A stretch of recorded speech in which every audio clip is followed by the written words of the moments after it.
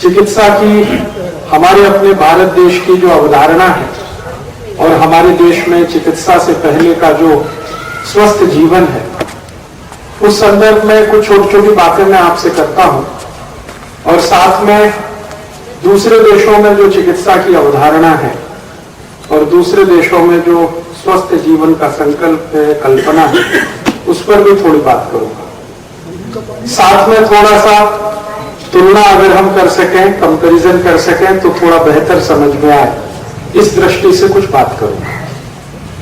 भारत देश जिसमें ये प्राकृतिक चिकित्सा या आयुर्वेद द्वारा हमें दी गई जीवन शैली, ये सच में बहुत अद्भुत है।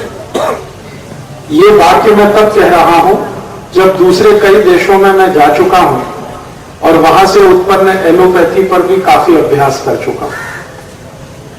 पिछले 10-12 वर्षों के मेरे अपने सार्वजनिक जीवन में मैंने यूरोप के कई देशों का प्रवास किया और वहां मैंने ये देखा कि जो चिकित्सा पद्धति उनकी है वो शायद उनकी मजबूरी की देन है। उनकी कुछ मजबूरियां हैं, उनकी कुछ सीमाएं हैं। वो सीमा और मजबूरी शायद उनको यही दे सकती थी, इससे ज्यादा कुछ संभव नहीं। तो वैसा कुछ उनके यहां है। भारत की जो चिकित्सा पद्धति है और जो जीवन शैली है, ये किसी मजबूरी की देन नहीं है। ये हमने स्वयं से काफी कुछ सीखकर, परंपरा से, सातत्य से बहुत कुछ सीखकर, बहुत सोच विचार कर, उसके सभी पक्ष समझ कर तय की है। यूरोप में ऐसा नहीं हो सका और उसका कारण क्या है? 2-3 छोटी बातें हैं जो तुरंत ध्यान में आती है। जैसे ही हम भारत से यूरोप जाते हैं तो सबसे पहले ध्यान में आता है कि हमारा जो मौसम है, हमारी जो जलवायु है, वो हमसे बहुत भिन्न है। यूरोप के किसी भी देश में आप चले जाइए, साल में 8 महीने सूर्य नहीं निकलता। साल में 8 महीने सूर्य नहीं निकलता। जरा कल्पना करिए कि कितनी गंभीर बात है। हमारे भारत देश में साल में कुछ 10-12 दिन ऐसे होते हैं जब सूर्य का प्रकाश नहीं मिलता, ठंड ज्यादा बढ़ जाती है, तो दिल्ली और दिल्ली के आसपास की जिंदगी रुक जाती है।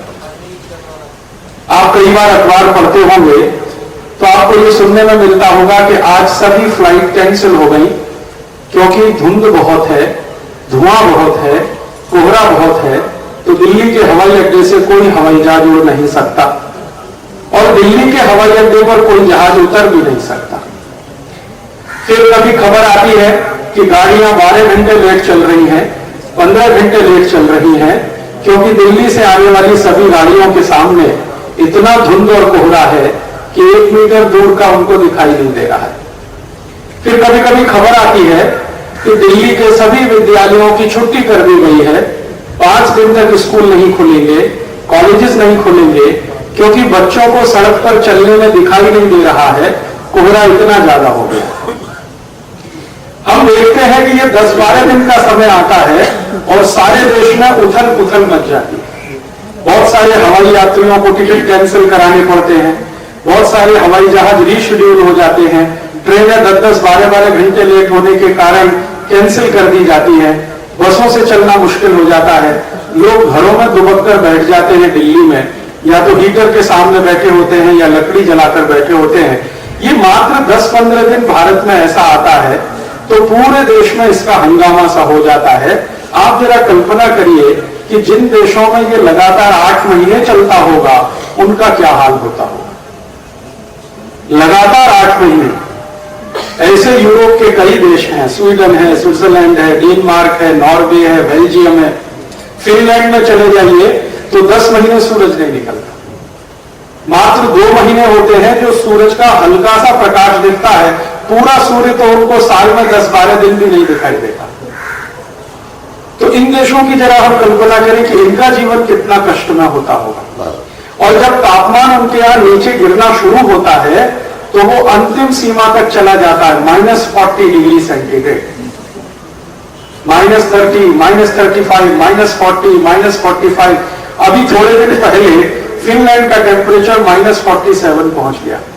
आप सभी जानते हैं 0 डिग्री पर बर्फ जम जाती है। 4 डिग्री से 0 डिग्री के बीच में बर्फ जमना शुरू हो जाती है। अब 0 से 40 डिग्री नीचे तापमान चला जाए, 45 डिग्री चला जाए, जरा सोचिए कि कैसी तकलीफ की जिंदगी होगी। मैं आपके ध्यान में जो बात लाना चाहता हूं वो ये कि ये यूरोप के सभी देश बहुत गरीब हैं सूर्य के प्रकाश के लिए, माने उनको सूर्य का प्रकाश नहीं मिलता, महीनों महीनों नहीं मिलता। या तो धुंध रहती है या तो भयंकर बर्फ गिरती है। यूरोप के देशों में एक मजाक करी जाती है और वो सही है कि हमारे यहां तो 2 ही मौसम होते हैं, ठंड होती है या भयंकर ठंड होती है। हाँ, तीसरा कोई मौसम नहीं है उनके पास, या तो ठंड है या तो भयंकर ठंड है। यूरोप का ही एक्सटेंशन है अमेरिका और यूरोप का ही एक्सटेंशन है कनाडा। कनाडा का मौसम भी ऐसा ही है, लगभग अमेरिका का मौसम भी उसी के जैसा है।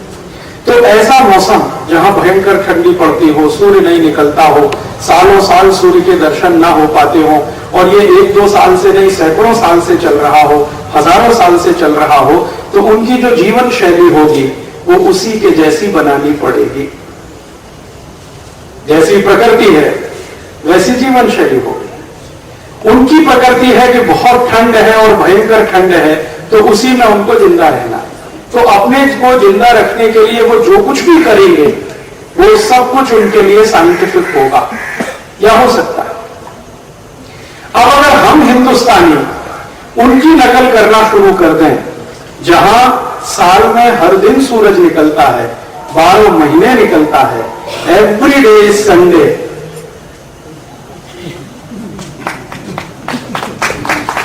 सोचिए ना, एवरी डे इज संडे।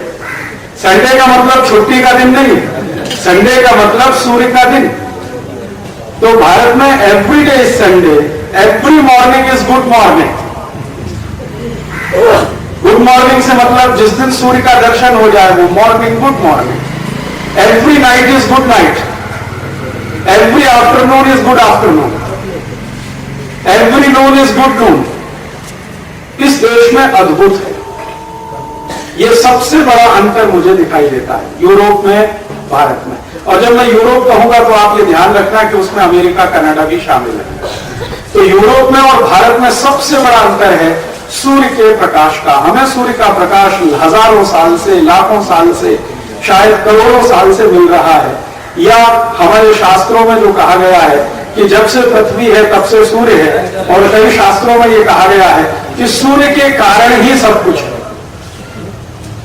पृथ्वी भी है, चंद्र भी है, बृहस्पति भी है, शनि भी है, मंगल भी है, और ये सब एक दूसरे को बैलेंस किए हुए हैं, संतुलित किए हुए हैं। उसका मुख्य कारण सूर्य है। हमारे शास्त्र ये बात बहुत अच्छे तरीके से हमको समझाते हैं कि अगर सूर्य नहीं होता तो कुछ नहीं होता, और अगर सूर्य है तो सब कुछ है। आप जानते हैं कि मिट्टी में हम दाना डाल देते हैं, उस दाने में से अंकुरण होता है, वो सूर्य की कृपा है। अच्छे से अच्छा बीज आप मिट्टी में डाल दीजिए, अच्छे से अच्छी खाद उसमें मिला दीजिए, अगर सूर्य का प्रकाश नहीं है तो बीज में से कुछ भी अंकुरण नहीं होगा। हम जानते हैं कि अंकुरण होकर कोई पौधा जब बड़ा होता है तो वो सूर्य के प्रकाश से ही भोजन लेता है। ये विज्ञान तो हम सबको बचपन में पढ़ाया जाता है कि पौधों के पत्तों में क्लोरोफिल होता है, वो सूर्य के प्रकाश की उपस्थिति में भोजन बनाते हैं, उस भोजन में से कुछ अपने लिए रखते हैं, बाकी दुनिया को दे देते हैं। जो दुनिया को वो दे देते हैं वो ऑक्सीजन है, प्राणवायु है, जो अपने लिए रख लेते हैं वो कार्बन डाइऑक्साइड है। लेकिन ये होता सब सूर्य के प्रकाश में ही है। अगर सूर्य का प्रकाश ना हो तो पौधे भी काम नहीं कर सकते। तो बीज डालना, बीज का अंकुरण होना, अंकुरण में से पौधा बनना, पौधे में से फल बनना, यह भी सूर्य के प्रकाश का ही कमाल है। हम जानते हैं कभी भी फसल अच्छी आ रही है, और अच्छी फसल का मतलब उसमें दाने पड़ रहे हैं। मान लो गेहूं की फसल है और अच्छे दाने पड़ रहे हैं, अचानक से 10-15 दिन सूर्य ना निकले तो पूरी फसल चौपट हो जाती है। ये आप सब जानते हैं।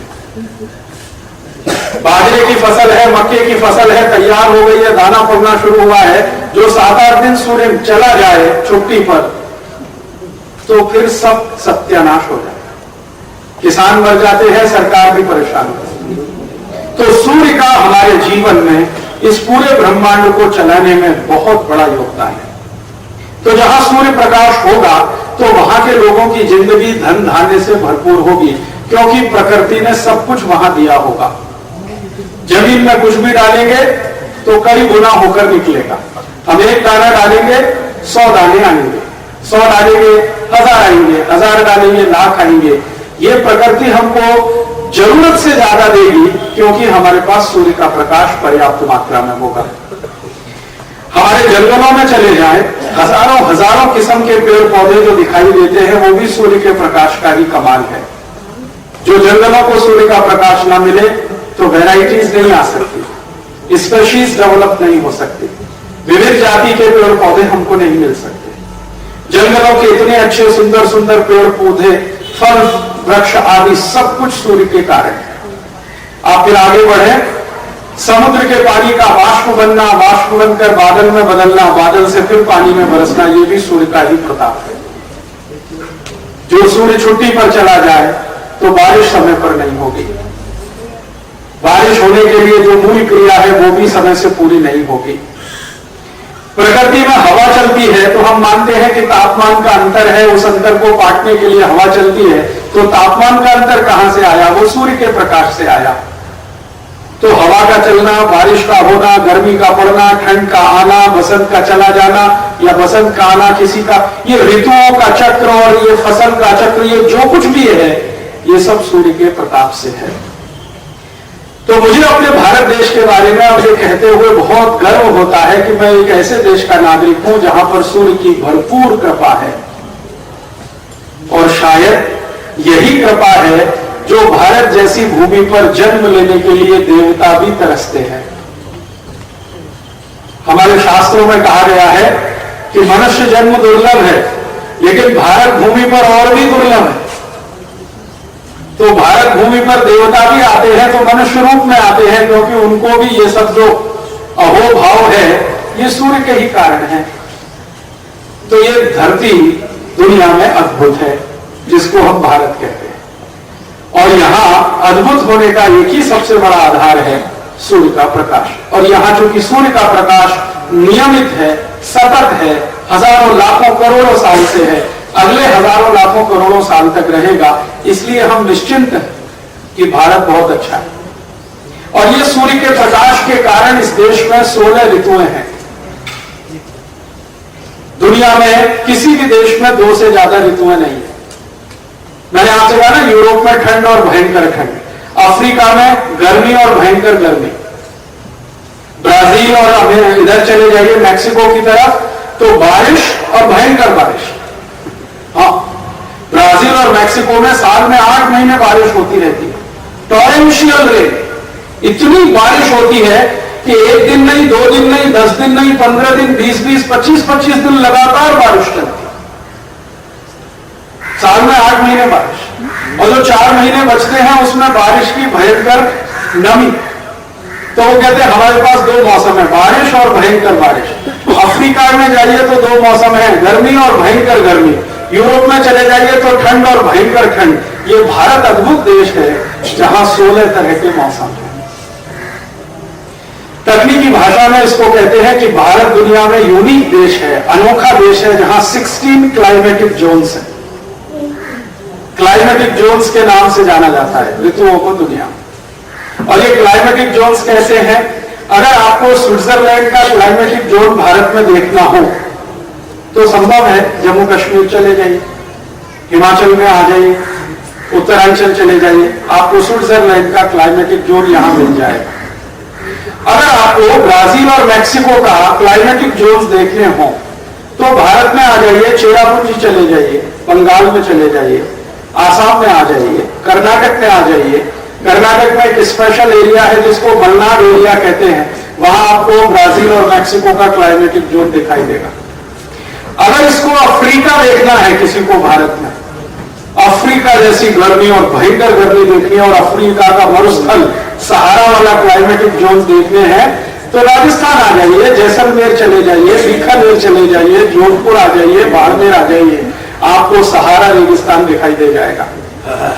अगर आपको ऑस्ट्रेलिया और न्यूजीलैंड का दलदली इलाका देखना है, कीचड़ वाला इलाका। आप जानते हैं न्यूजीलैंड और ऑस्ट्रेलिया में बहुत मिट्टी ऐसी है जो कीचड़ वाली, तो वो भारत में मिल जाएगा। बिहार में आ जाइए, पूर्वी उत्तर प्रदेश में आ जाइए, बहुत दलदली इलाका आपको मिल जाएगा। दुनिया की किसी भी देश का मौसम अगर देखना चाहें तो इस भारत में संभव है। इसलिए दुनिया के सारे जानकार पर्यटक भारत भागने के लिए परेशान रहते हैं। जब भी उनको छुट्टी मिलती है उनके काम से और थोड़ा पैसा हो जाता है तो वो घूमने के लिए सबसे पहले भारत में ही आते हैं। और आपको सुनकर आश्चर्य होगा कि अगर भारत में अकेला एक राज्य हमें ढूंढना हो कि एक ही राज्य में दुनिया की सब जलवायु देखनी है तो भी संभव है, और वो राजस्थान में है। एक अकेले राजस्थान में दुनिया के 16 क्लाइमेटिक जोन से एक साथ उपस्थित है। तो लोग ज्यादातर विदेशों से भागकर जब आते हैं ना भारत में, तो सबसे पहले राजस्थान जाते हैं। ये राजस्थान जाने के पीछे बहुत बड़ा कारण है। राजस्थान जाने के पीछे ये बड़ा कारण नहीं है कि वहां किले बहुत हैं। राजस्थान जाने के पीछे कारण है कि एक साथ एक ही राज्य में 16 क्लाइमेटिक जोन्स उन्हें मिल जाते हैं जो पूरी दुनिया का भ्रमण करने पे भी नहीं मिलेंगे उनको। इसलिए वो सब राजस्थान आते हैं और राजस्थान में से समय बच जाए तो दूसरे राज्यों में चले जाते हैं। और कभी आपने देखा है हमारे देश के लोग थोड़े नाराज होते हैं विदेशियों पर, ये जो भारत में आते हैं तो वो सब कपड़े उतारे नंगे धड़ंगे पड़े रहते हैं। वो उनकी मजबूरी है बेचारे, कपड़े उतारकर नंग धड़ंग ना पड़े रहे तो वो मर जाएंगे। क्यों? सूर्य की धूप चाहिए जो उनको महीनों महीनों नसीब नहीं होती उनके देश में। इंग्लैंड में नहीं, फ्रांस में नहीं, जर्मनी में नहीं, स्वीडन में नहीं, स्विट्जरलैंड में नहीं, नॉर्वे में नहीं, डेनमार्क, कोई देश में नहीं। तो वहां से जब वो भागकर भारत आते हैं और सूर्य को देखते हैं तो पागलों की तरह से कपड़े उतारकर नंगे होकर कहीं कहीं पड़े रहते हैं, क्योंकि उन्हें सूर्य का प्रकाश चाहिए। हम सब जानते हैं उसी से शरीर भी चलता है। जो सूर्य का प्रकाश ना हो तो शरीर का चलना भी बहुत मुश्किल होता है।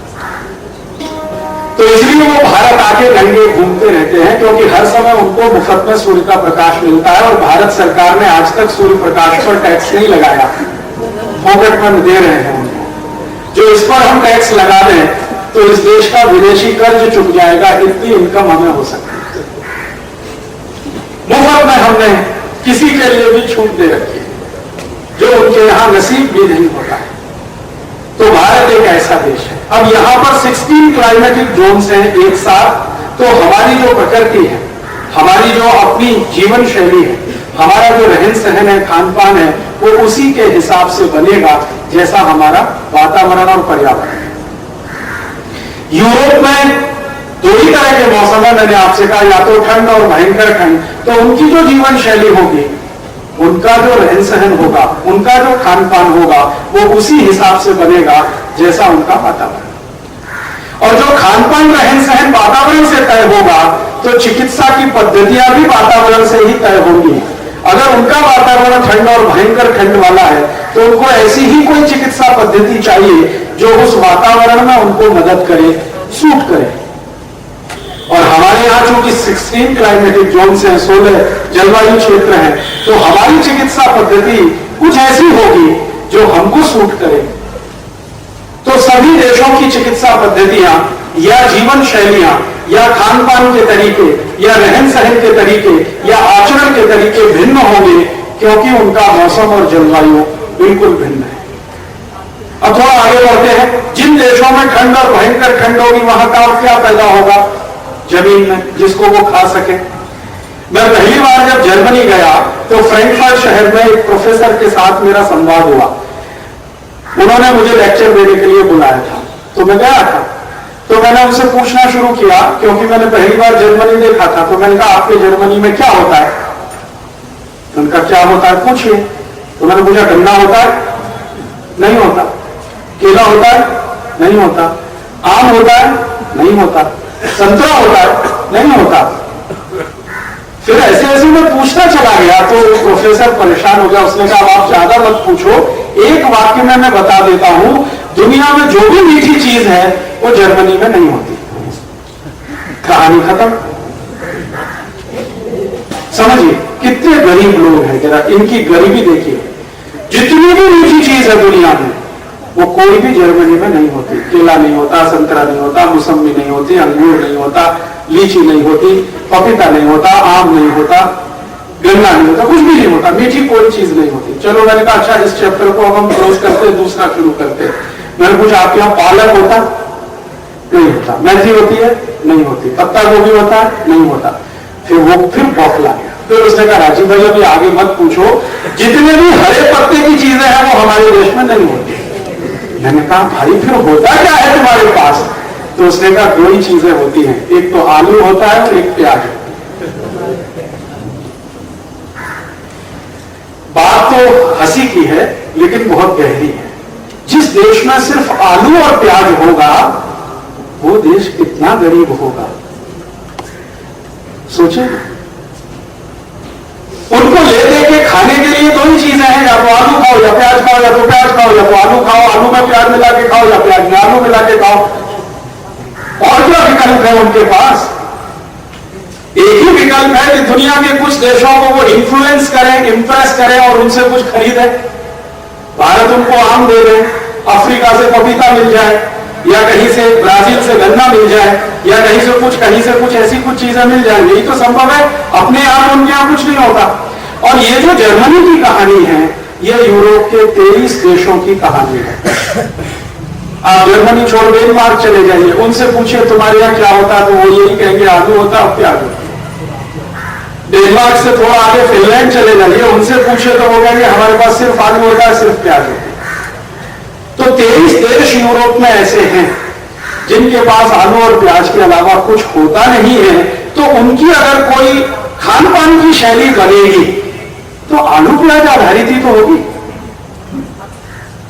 अगर हम उनकी डिशेज हैं, उनकी सूची बनाएंगे तो हर डिश में या तो आलू आएगा या तो प्याज आएगी, तीसरी कौन सी चीज आने वाली है? आलू प्याज के ही कॉम्बिनेशंस, परमोटेशंस हैं जो वो करते रहेंगे अपनी पूरी जिंदगी पर, हजारों साल, लाखों साल। तो उनके यहां चूंकि कुछ होगा नहीं जमीन में, तो फिर समस्या तो यही है कि खान पान में तो वही 2-3 चीजें होंगी।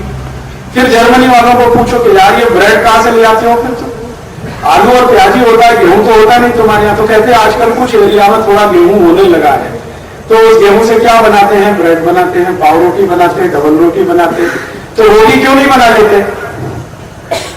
ब्रेड बनाना, पाव रोटी बनाना उसी चीज से होता है जिससे हम रोटी बनाते हैं। गेहूं का आटा है, उसी से ब्रेड बनती है, उसी से डबल रोटी बनती है, उसी से बिस्किट बनता है और उसी से अपने घर में रोटी बनती है।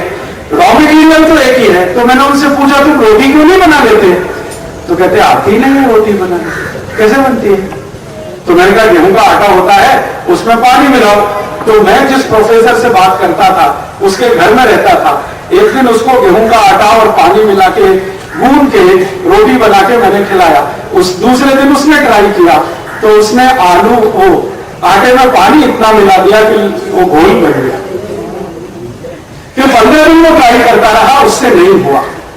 फिर उसने मुझसे एक प्रश्न पूछा जिसको सुनकर आप सब हंसेंगे, लेकिन इसमें हंसने से ज्यादा सोचने की बात है।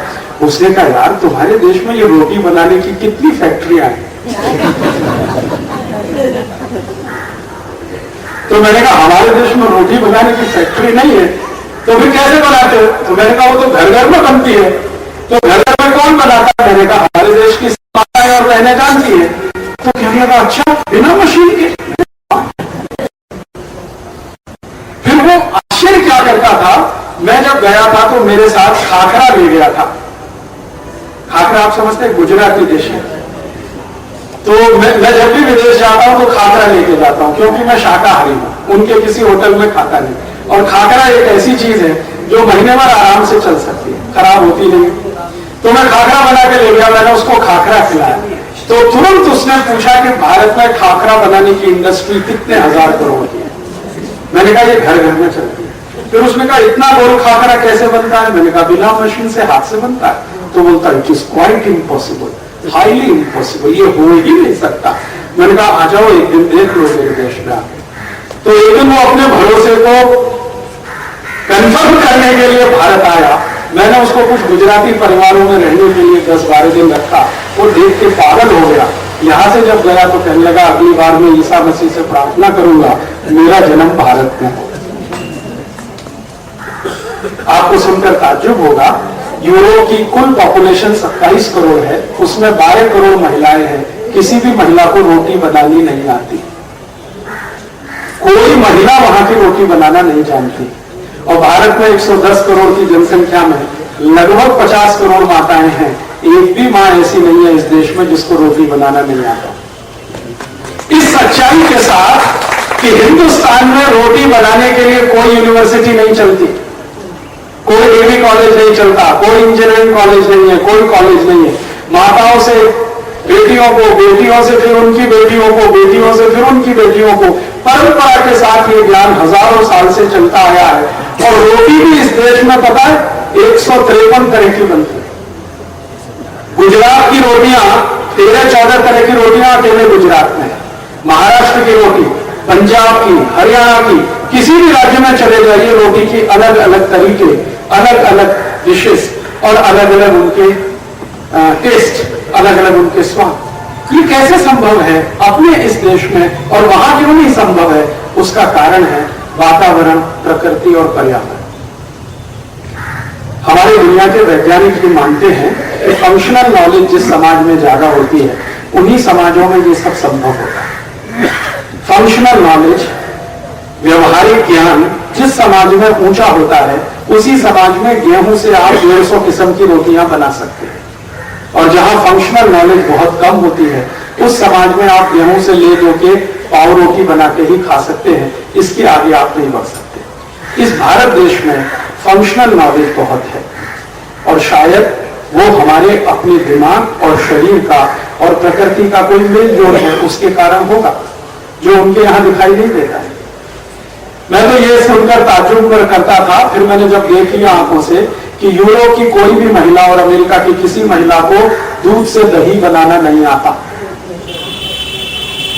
वो दही के नाम पर योगर्ट खाते हैं। योगर्ट दही नहीं होता, दही अलग चीज है, योगर्ट अलग चीज है। तो उनके पास और कुछ नहीं है योगर्ट के अलावा। उनको ये समझाओ कि दूध में थोड़ा दही मिला दो गर्म करके तो दही बन जाता है, ये उनकी कल्पना के बाहर की चीज है। और इससे एक कदम आगे बढ़े, यूरोप के किसी परिवार को दही से मट्ठा बनाना नहीं आता, मट्ठे से मक्खन निकालना, मक्खन को गर्म करके घी बनाना कोई नहीं जानता। इसलिए वो क्या करते हैं, दूध में से सीधे घी निकालते हैं, जिसको बटर ऑयल कहते हैं। वो घी नहीं होता, बटर ऑयल होता है। तो दही नहीं होगा, मट्ठा नहीं होगा, सब्जियां नहीं होंगी और हमारे काम आने वाले जो मसाले हैं, जो वास्तव में औषधियां हैं, वो नहीं होंगी।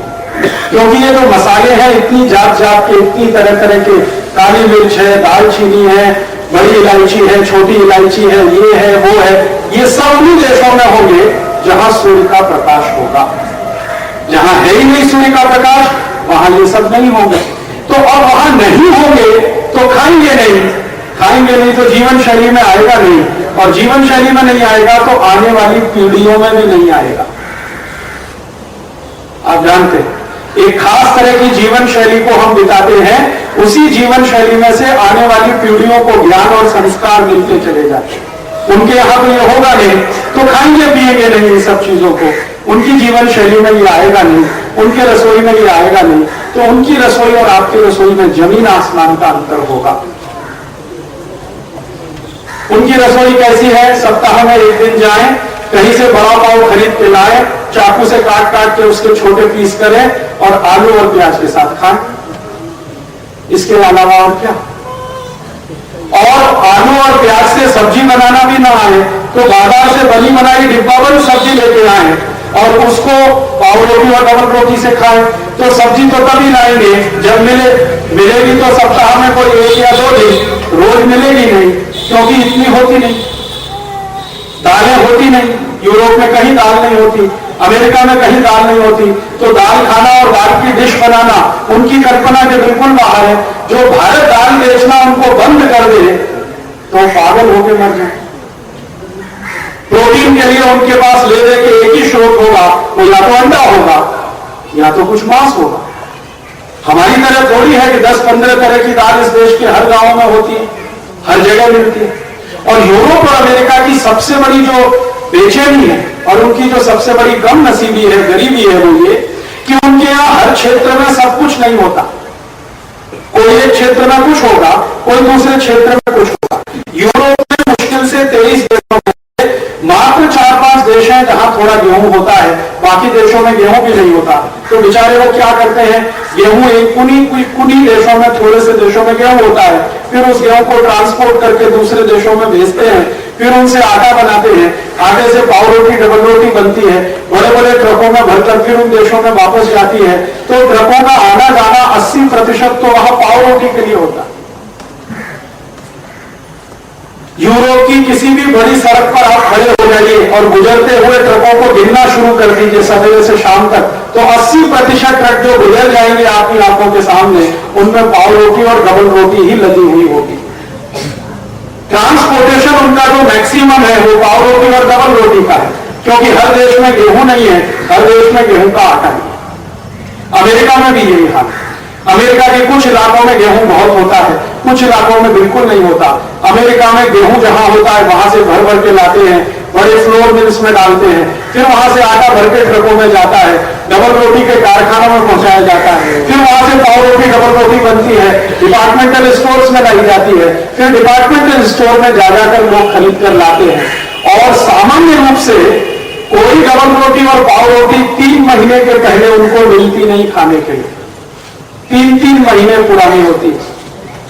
अब 3 महीने पुरानी डबल रोटी पाव रोटी को बचा के रखना है तो उसके लिए उन्हें कोई तो सिस्टम चाहिए। इसलिए एयर कंडीशनिंग सिस्टम हर जगह हर स्थान पर उनके लिए मजबूरी है। ये उनका स्टेटस सिंबल नहीं है, ये उनकी मजबूरी है। सब्जी मिलेगी नहीं ताजा, क्योंकि होती नहीं है, तो डिब्बाबंद सब्जी आएगी, दूसरे देशों से आएगी, जब आएगी तभी मिलेगी। तो लोगों की मजबूरी है कि हफ्ते हफ्ते भर की सब्जी उठाकर एक साथ लाएं, फ्रीजर में भर के रखें। तो रेफ्रिजरेटर उनके घरों की मजबूरी है, स्टेटस सिंबल नहीं है। और शायद एक फ्रिज में काम ना चले तो दो में काम ना चले तो 3, क्योंकि हफ्ते भर का सब कुछ इकट्ठा करके रखना। वहां की जिंदगी वीकली है, हमारी डेली है, उनकी वीकली है। हफ्ते की जिंदगी एक साथ चलती है। किसी भी अमेरिकन और यूरोपियन परिवार को देखोगे, सामान खरीदने जाएगा तो सैटरडे को ही, जब उनका वीकली ऑफ होता है, या संडे को, तो अगले संडे तक का सब कुछ खरीद के लाए। दूध भी 7 दिन का एक साथ खरीद के लाना पड़ता है। इतने गरीब है कि रोज का ताजा दूध भी पीने को नहीं मिलता, रोज का ताजा दूध पीने को नहीं मिलता। जिस दूध के बारे में शास्त्र कहता है कि दूध 1 घंटे के अंदर पी लिया जाना चाहिए, निकालने से 1 घंटे के अंदर पी लिया जाना चाहिए, उस दूध को यूरोप और अमेरिका वाले 7-7 दिन में पी पाते हैं एक बार। ये उनकी कुछ मजबूरियां हैं, उनकी कुछ सीमाएं हैं, वो प्रकृति ने उनको दी है। उन मजबूरियों और सीमाओं में उनकी जिंदगी चलती है। तो उनकी जिंदगी जैसे चलेगी, अगर हम वैसे ही करने लगेंगे तो हम महामूर्ख ही साबित होंगे। उनकी जिंदगी को हम स्टेटस सिंबल मानने लगे कि जी उनके घर में फ्रिज है तो हमारे घर में क्यों नहीं, ये तो मूर्खता होगी। हम उनकी जिंदगी का स्टेटस सिंबल बनाए कि वो तो जी टमाटर की चटनी बना के खाते हैं, मैगी जो 3-3 महीने 4-4 महीने पुरानी होती है, हम भी वो मैगी खाएं। जिस देश में रोज टमाटर मिलता हो, सवेरे शाम मिलता हो, ताजा बना के हम 3 बार खाएं, हम फिर मैगी की बोतल खरीद कर लाएं, तो ये मूर्खता होगी। हम जिस देश में सैकड़ों किस्म की रोटियां बना सकते हैं, उस देश के घरों में पाव रोटी और डबल रोटी आने लगे तो ये महामूर्खता होगी। हमें जरूरत नहीं है। हम योगर्ट खाने लगे और आइसक्रीम खाने लगे, वो तो बेचारे गरीब लोग हैं कि उनके पास आइसक्रीम और योगर्ट के अलावा कोई स्वीट डिश है ही नहीं। ले दे के तीसरी एक है वो केक। यहां तो हिंदुस्तान में चले जाइए, 64 तरह की मिठाइयां हर शहर में बनती है। ये मुझे एक दिन पता चला जब मथुरा वृंदावन गया तो भगवान कृष्ण को भोग लगाया जा रहा है, 64 मिठाइयां हैं। मैंने लिस्ट बनाना शुरू किया, उनका दिमाग घूम गया मेरा। अकेले बेसन से मैंने देखा 23 मिठाइयां बनी हुई रखी है, खाली बेसन। गाजर का एक, मैंने उनसे पूछा था, उन्होंने कहा पंडित जी एक थे, उन्होंने कहा गाजर की 73 मिठाइयां बनती है यहां मथुरा में। दूध से कितनी मिठाइयां, दही और दूध के कितने कॉम्बिनेशन इस देश में। तो यहां वेराइटीज हैं, इतनी ज्यादा वेराइटीज हैं, वो हमारे फंक्शनल होने का प्रमाण है। मैं कभी कभी भारत में घूमता हूं तो परेशान हो जाता हूं। आंध्र प्रदेश में पिछले 2 साल से मैं घूम रहा हूं, आम के अचार 500 तरह के मैंने देखे हैं आंध्र प्रदेश में। 500 किस्म के आम के अचार। आम जो है ना हाईली पेरिशेबल आइटम है, आप जानते हैं, सबसे जल्दी खराब होने वाला है। इस देश की माताओं के हाथ में क्या टेक्नोलॉजी है कि उसको अचार के रूप में 20-20 साल सुरक्षित रख लेते हैं, बिना किसी प्रिजर्वेटिव के, बिना किसी केमिकल के। 20 साल का आम का अचार मैंने खाया और अभी भी उतना ही स्वादिष्ट है। और दुनिया के किसी देश में जाकर मैं ये बोलना शुरू करता हूं तो वो पागलों की तरह से देखते हैं कि ये क्या बकवास कर रहा है, ये रोज हमारी जिंदगी में हो रहा है। उनको ये बकवास लगती है, यहां हमारी जिंदगी ऐसे ही चलती है। तो मैं आपके ध्यान में 2 बातें लाना चाहता हूं, वो ये कि यूरोप भिन्न है, भारत भिन्न है। मैं ये नहीं कह रहा हूं कि हम ऊंचे हैं वो नीचे हैं, या वो ऊंचे हैं हम नीचे हैं। ऊंचा नीचा का प्रश्न नहीं है, भिन्नता की बात बता। हमारी भिन्नताएं हैं और हर जगह पर है, हमारे पर्यावरण में, हमारी प्रकृति में, सूर्य के प्रकाश में, पानी के साथ, हवा के साथ, तापमान में, हर जगह भिन्नता है। खान पान में भिन्नता है, रहन सहन में भिन्नता है, आचरण व्यवहार में भिन्नता है। यूरोप में बिल्कुल है। और जब हर चीज में भिन्नता होगी तो चिकित्सा पद्धति में भी भिन्नता होगी, क्योंकि चिकित्सा पद्धति तो उसी में से निकली है जो हमारा नॉलेज सिस्टम है। नॉलेज सिस्टम के बाहर तो कोई चिकित्सा पद्धति नहीं आ सकती। तो हमारा नॉलेज सिस्टम एक खास तरह का है, यूरोप का दूसरे तरह का है। उनके नॉलेज सिस्टम में से कोई चिकित्सा पद्धति निकली, हमारे नॉलेज सिस्टम में से हमारे तरह की चिकित्सा पद्धति निकली। तकलीफ कहां हो गई? जब हमने उनकी चिकित्सा पद्धति को, उनके खान पान को, उनके रहन सहन को, उनके आचार व्यवहार को अपना बनाना शुरू किया, वहीं से हमारा सत्यानाश होना शुरू हो गया। और ये कब से हुआ? जब से ये यूरोपियन हमारे देश में आने लगे। सबसे पहला यूरोपीय भारत में जो आया वो वास्को डी गामा 1492 में, उसके पीछे पुर्तगाली, फिर फ्रांसीसी, फिर डच लोग, फिर स्पेनिश, फिर अंग्रेज। ये आते गए, हम इनके मोह में फंसते चले। हमने उनकी एक ही चीज देखी, गोरा रंग, बाकी कुछ नहीं देखा। उस गोरे रंग के पीछे क्या क्या है वो हमें समझ में भी नहीं आया। तो हम फंस गए कि यार ये तो गोरे रंग वाले हैं, शायद ज्यादा अकल वाले हैं, ज्यादा विद्वान हैं, ज्यादा होशियार हैं, ज्यादा इंटेलिजेंट हैं, तो ये जैसा करते हैं वैसे ही करो। तो उनकी जीवन शैली में शायद शराब सामान्य बात है, क्योंकि ना पिए तो जिंदा ना रहे। हमने उसको अपने देश में ले लिया कि भाई वो शराब पी रहे तो हम भी पिए। उनकी जीवन शैली में कॉफी और चाय सामान्य बात है, क्योंकि जब बहुत ज्यादा ठंड होगी तो ब्लड प्रेशर मेंटेन रखने के लिए कॉफी पीनी ही पड़ेगी, कॉन्यक पीनी ही पड़ेगी, वाइन पीनी ही पड़ेगी, विस्की पीनी ही पड़ेगी, नहीं तो आपका ब्लड प्रेशर नॉर्मल रहेगा नहीं। एबनॉर्मल एनवायरमेंटल कंडीशन में नॉर्मल ब्लड प्रेशर कैसे रहेगा? जरा सोचो, -40 डिग्री सेंटीग्रेड तापमान हो गया तो ब्लड प्रेशर नॉर्मल कैसे रहेगा? क्योंकि ब्लड प्रेशर पे भी पर्यावरण और वातावरण का पूरा असर होता है। तो उनको अपना ब्लड प्रेशर नॉर्मल रखने के लिए कुछ खाना पीना पड़ेगा। वो शायद उनकी आहार पद्धति और चिकित्सा में आएगा, लेकिन वो जरूरी नहीं हमारे लिए भी हो। वो विस्की पीते हैं तो हमने भी चालू कर दिया, वो कॉन्यक पीते हमने भी शुरू कर दिया, वो चाय कॉफी पीते हमने भी पीना शुरू कर दिया। अब उनके यहाँ कुछ है नहीं तो वो रोटी डबल रोटी खाते, हमने भी शुरू कर दिया। उनके यहाँ कुछ है नहीं तो बिस्किट खाते, तो हमने भी खाना शुरू कर दिया। उनको सब कुछ सुरक्षित रखना, 1 हफ्ते तक तो फ्रिज ले आया, हमने भी ले आया। वो कुएं में गिर रहा है तो हम और ज्यादा तेजी से उनके आगे आ रहे हैं। हमारे साथ ये हो गया। पिछले 250-300 साल की अंग्रेजों की गुलामी और 200-250 साल का यूरोप के लोगों का हिंदुस्तान पर असर, इसने कुल मिलाकर ऐसा कर दिया कि हमारा दिमाग खिचड़ी हो गया। अब ये खिचड़ी पता है कैसा हो गया? ये खिचड़ी कुछ इस तरह का हो गया कि माता जी पिताजी है राम निवास गायत्री देवी और बेटा है टिंकू। ऐसी खिचड़ी हो गई हमारे। मैं कुछ पढ़े लिखे लोगों के घर में जाता हूं तो पिताजी का नाम राम निवास है, माता जी का नाम गायत्री देवी है, बेटा टिंकू। अब उनको पूछो कि राम निवास गायत्री देवी का ये टिंकू कहां से आ गया? ऐसी खिचड़ी हो गई। जिस हिंदुस्तान में एवरीडे संडे उस देश के लोगों ने टाई और 3 पीस सूट पहनना शुरू कर दिया, ऐसी खिचड़ी हो गई इस देश। जून जून के महीने में भयंकर गर्मी में मैंने देखा है दूल्हे राजा टाई और 3 पीस सूट पहन के घोड़े पे चढ़ के बैठते हैं। मूर्खाधिपति,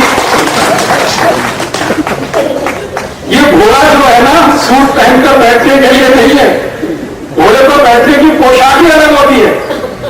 जो घोड़े पर सूट पहन के बैठा जाता तो राणा प्रताप सूट बनवाते अपने लिए, और शिवाजी महाराज जब भी घोड़े पे चढ़े तो सूट पहन के ही चढ़ते और टाई ऊपर से लगाते।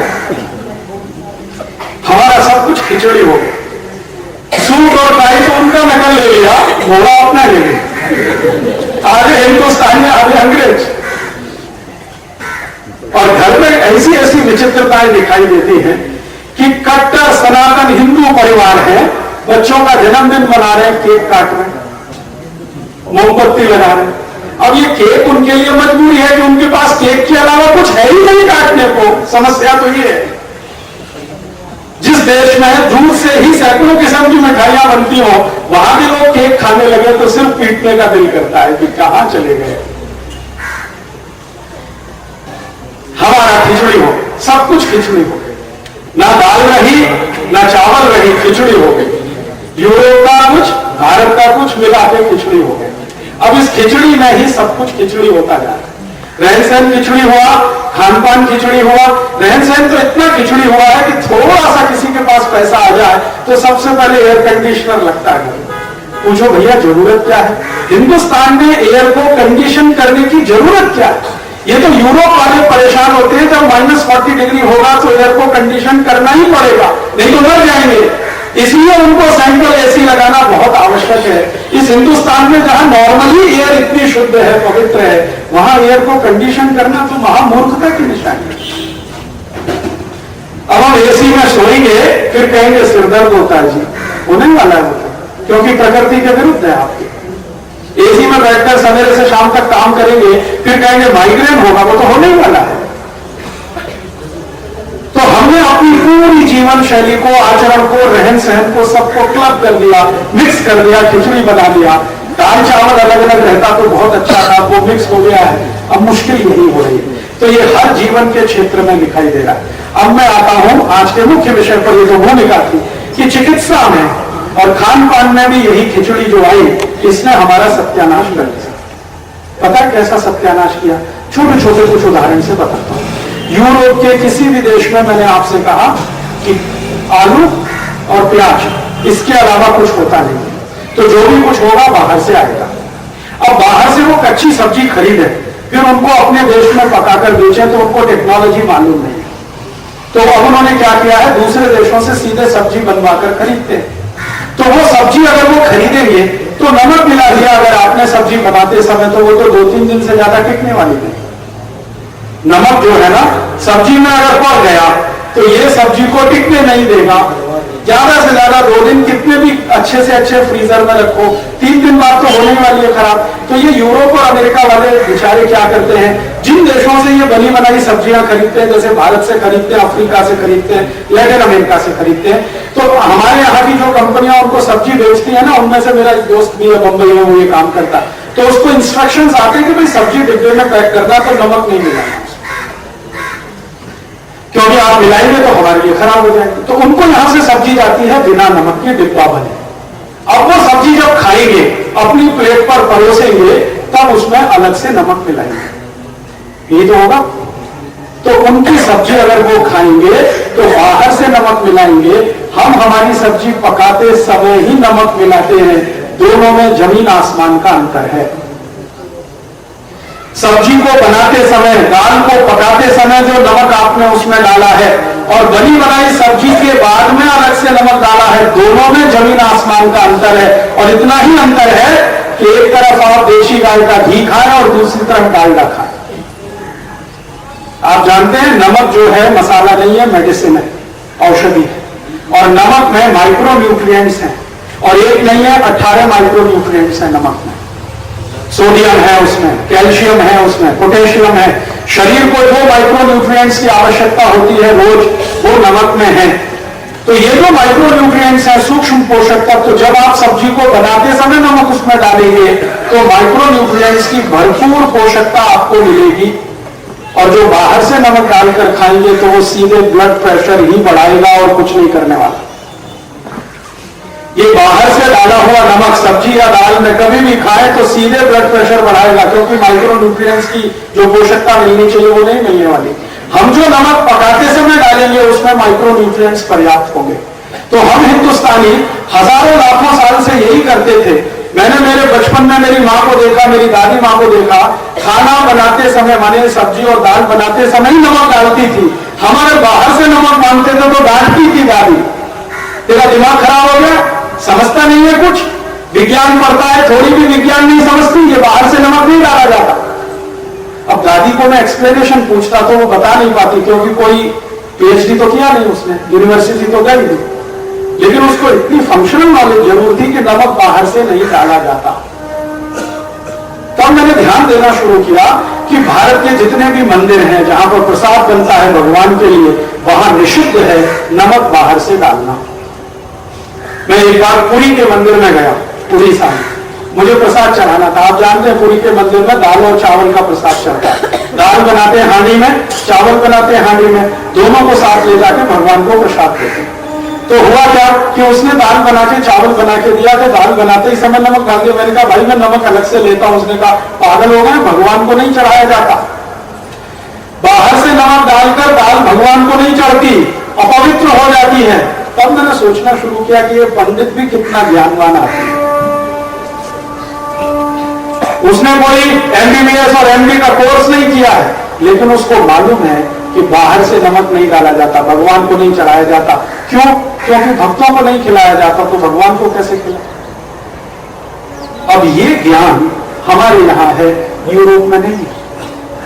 यूरोप में किसी भी घर में चले जाइए, कोई भी होटल में चले जाइए, खाना जब आपके पास आएगा तो अलग से नमक की शीशी साथ में आएगी, या तो मेज पे ही रखी रहेगी, उसमें से आप नमक डाल लीजिए। और ये बाहर से नमक डालने वाले 100% हाई ब्लड प्रेशर के मरीज होंगे ही, दुनिया में कोई नहीं रोक सकता।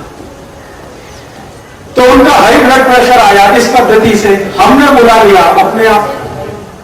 हमारे घरों में भी अब ये नमक की शीशी रख गई है डाइनिंग टेबल पे, क्योंकि नकल करने में तो हम उनसे पीछे नहीं है। कभी अकल लगा के सोचा नहीं कि जिस देश के दाल और सब्जी में पहले से ही नमक डलता है, वहां डाइनिंग टेबल पे क्यों रखना? तो हमने रखना शुरू कर दिया, इसे डालना शुरू कर दिया, और वो डालते डालते आदत में आ गया। अब हिंदुस्तान में 5.5 से 6 करोड़ मरीज हैं जो हाई ब्लड प्रेशर के शिकार हैं, क्योंकि नकल किया उनकी। ऐसे बीमारी आती है, ऐसे हमारा संतुलन जाता है।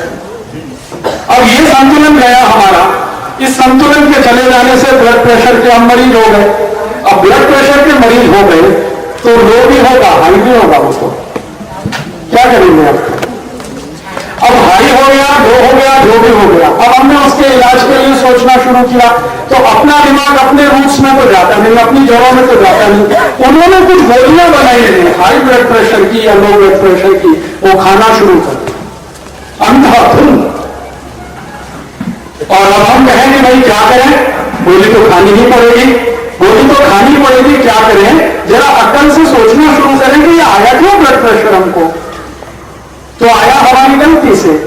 अब वो गलती पे दूसरी बड़ी गलती डॉक्टर कर रहा है। आप गए, उसने 18 गोलियां लिख दी, 4 सुबह खा लेना, 4 दोपहर को, 4 शाम को खा लेना, गोली ही गोली खा लेना, सब्जी वब्जी खाना बंद कर दो, गोली को सब्जी की तरह से खाना शुरू कर दो। अब वो 18 गोली लिखने वाला डॉक्टर हमारे लिए बहुत महान डॉक्टर हो गया, क्योंकि 18 गोली खिला रहा है एक साथ, और ऊपर से 500 रुपए फीस भी ले रहा है। और उससे पूछो डॉक्टर गारंटी है? कहता जी कुछ गारंटी नहीं, जिंदगी भर खाओ। ऐसे बोलता है ना ब्लड प्रेशर की दवा के लिए डॉक्टर, जिंदगी भर खाओ। अगर जिंदगी भर खानी है तो ये दवा क्या हुई? ये तो भोजन हो गया। जिंदगी भर तो भोजन खाया जाता है, दवा नहीं खाई जाती। दवा तो 2-4 दिन खाई जाती है। दवा का इतना ही महत्व है कि शरीर का जो असंतुलन टूटा उसको वापस संतुलन में लाने में मदद कर दे। जिंदगी भर के लिए थोड़ी होती है, लेकिन हमने जिंदगी भर लगा दिया अपने साथ। अब जिंदगी भर हम वो जो दवा खा रहे हैं, वो दवा हमको क्या क्या करेगी वो आप नहीं जानते, डॉक्टर जानता है क्या क्या करने वाली है। हाई ब्लड प्रेशर की सब दवाएं क्या करती हैं बता दूं आपको एक छोटी सी जानकारी। हमारा ब्लड प्रेशर हाई होता है, तो साधारण भाषा में बात करता हूं, विशेषज्ञ की बात नहीं करूंगा, जल्दी समझ। ब्लड प्रेशर ज्यादा हुआ तो डॉक्टर के पास एक ही विकल्प है कि आपके शरीर से पानी बाहर निकालते हैं। दूसरे शब्दों में आपके शरीर में पानी बढ़ गया। ब्लड प्रेशर ज्यादा हुआ तो शरीर में पानी बढ़ गया, ये है। तो वो पानी निकलना चाहिए, तो जितनी गोली आपको खिलाई जाएगी वो पानी निकालने वाली ही होगी। तो आपने महसूस किया, हाई ब्लड प्रेशर की गोलियां खाते ही पेशाब बार बार आता है, जल्दी जल्दी पेशाब जाना पड़ता है, क्योंकि वो पेशाब का निकलना है जो ब्लड प्रेशर को नॉर्मल करता, गोली कुछ नहीं कर रही। अब आपको ये आदत लग गई, अब इस आदत में से आपको दूसरी कोई बीमारी शुरू हो गई, मान लो डायबिटीज हो गया, मान लो अर्थराइटिस हो गया, किसी दिन किडनी डैमेज हो गई, किसी दिन लीवर डैमेज हो गया। क्योंकि एलोपैथी में जो दवाएं हैं, उसको एलोपैथी के डॉक्टर खुद कहते हैं कि हमारे पास दवा कुछ नहीं है, जो भी है वो जहर है। आपके शरीर में कितनी ताकत है इस जहर को बर्दाश्त करने की, ये महत्व की बात है, बस है सब जहर हमारे पास। अमेरिका का एक बड़ा डॉक्टर है जिसके साथ पिछले 2-3 साल से मैं वार्तालाप कर रहा हूं ईमेल के माध्यम से, उसका नाम है डीन ऑर्निश। वो इस बात को पूरी गंभीरता और दावे से कहता है कि एलोपैथी में कोई दवा नहीं है, जो है वो सब जहर है, गारंटी हमारी कुछ नहीं है। आपको अपने शरीर का भरोसा है कि ये जहर को झेल लिया तो जिंदा रहोगे, नहीं झेल पाए तो चले जाओगे। दवा हमारे पास कुछ नहीं। वो कहता दवा तो आपके ही पास होगी, माने भारत के पास होगी, हमारे पास तो नहीं है। अब जिनके पास दवा ही नहीं है, हम उनके पीछे घूम रहे हैं टॉर्च लेके कि भैया दे दो कुछ दवा, ब्लड प्रेशर हाई हो गया, ब्लड प्रेशर लो हो गया। उनके पीछे घूम रहे माने MBBS पढ़े हुए, MD पढ़े हुए, जो यूरोप का ज्ञान है और यूरोप का विज्ञान है, उसको पढ़कर तैयार हुए डॉक्टर, जिनको पढ़ाया गया है एक खास तरह के वातावरण और पर्यावरण के विज्ञान के लिए। आप जान लीजिए यूरोप और अमेरिका में विकसित हुआ विज्ञान है MBBS, MD, MS, और ये अपने पर्यावरण और वातावरण का ध्यान रखते हुए बढ़ा है, उसमें वो पढ़े हैं और वहां की पढ़ी हुई बातें आपके ऊपर लागू कर रहे हैं, तो वहां भी खिचड़ी हो रही है।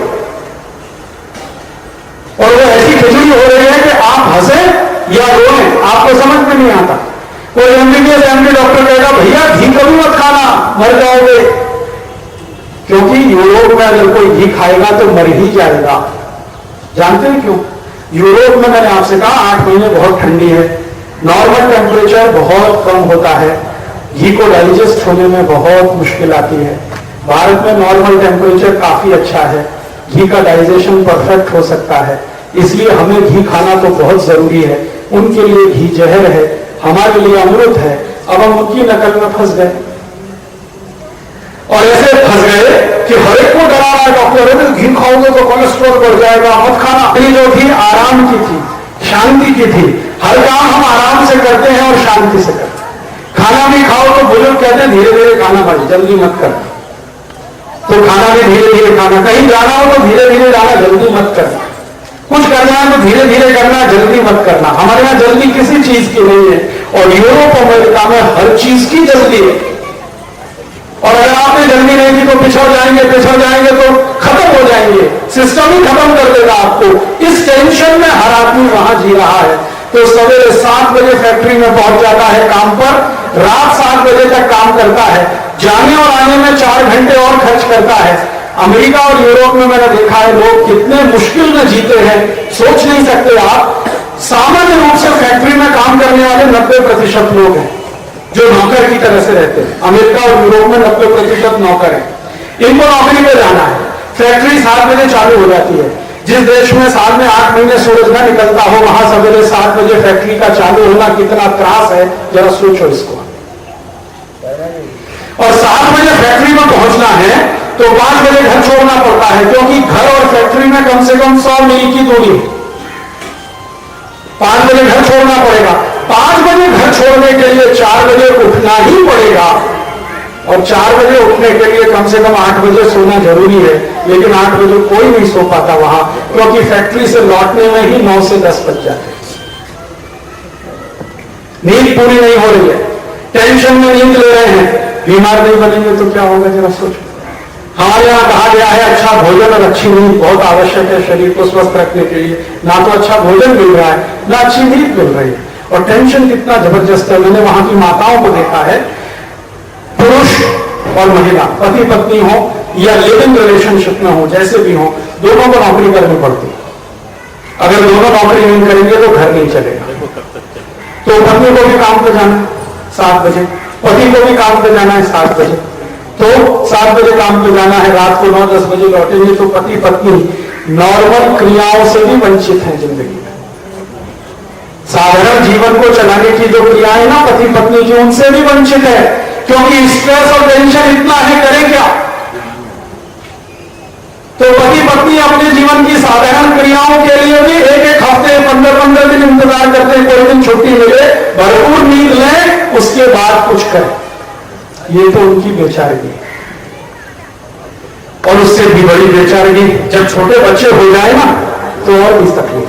बच्चों को घर रख नहीं सकते, दोनों को काम पे जाना है, आया घर में पाल लें, ऐसी हैसियत 90% लोगों की नहीं है। आया को घर में रख सके किराए पर, ऐसी हैसियत 90% लोगों की नहीं है। तो क्या करते हैं, अपने बच्चे को क्रैश में छोड़ते हैं।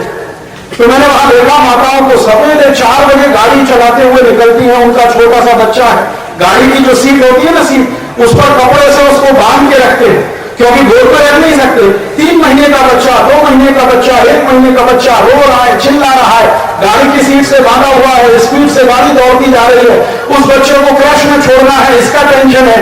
क्रैश से छोड़कर फिर फैक्ट्री में पहुंचना है 7 बजे, उसका टेंशन है। शाम को 7 बजे फिर फैक्ट्री से बच्चे को लेने जाना है क्रैश में, उसका टेंशन है। रात को लाके थोड़ा दूध पिला के सुला देना है, फिर सवेरे उस बच्चे को छोड़कर आना है। ऐसी जिंदगी सालों साल चले, आप सोचो पागल हो जाओगे आप तो। मैं तो देख के ही पागल हूं। मैं सोचता हूं कितना सुखी है हम लोग। हमारे घर में किसी 2 महीने 3 महीने का बच्चा है तो ऐसा टेंशन मैंने तो किसी घर में नहीं देखा। दादी है, दादा है, नाना है, नानी है, बुआ है, फूफी है, मौसा है, मौसी है, ज्वाइंट फैमिली है। और जो कोई नहीं है तो पड़ोसी जिंदाबाद।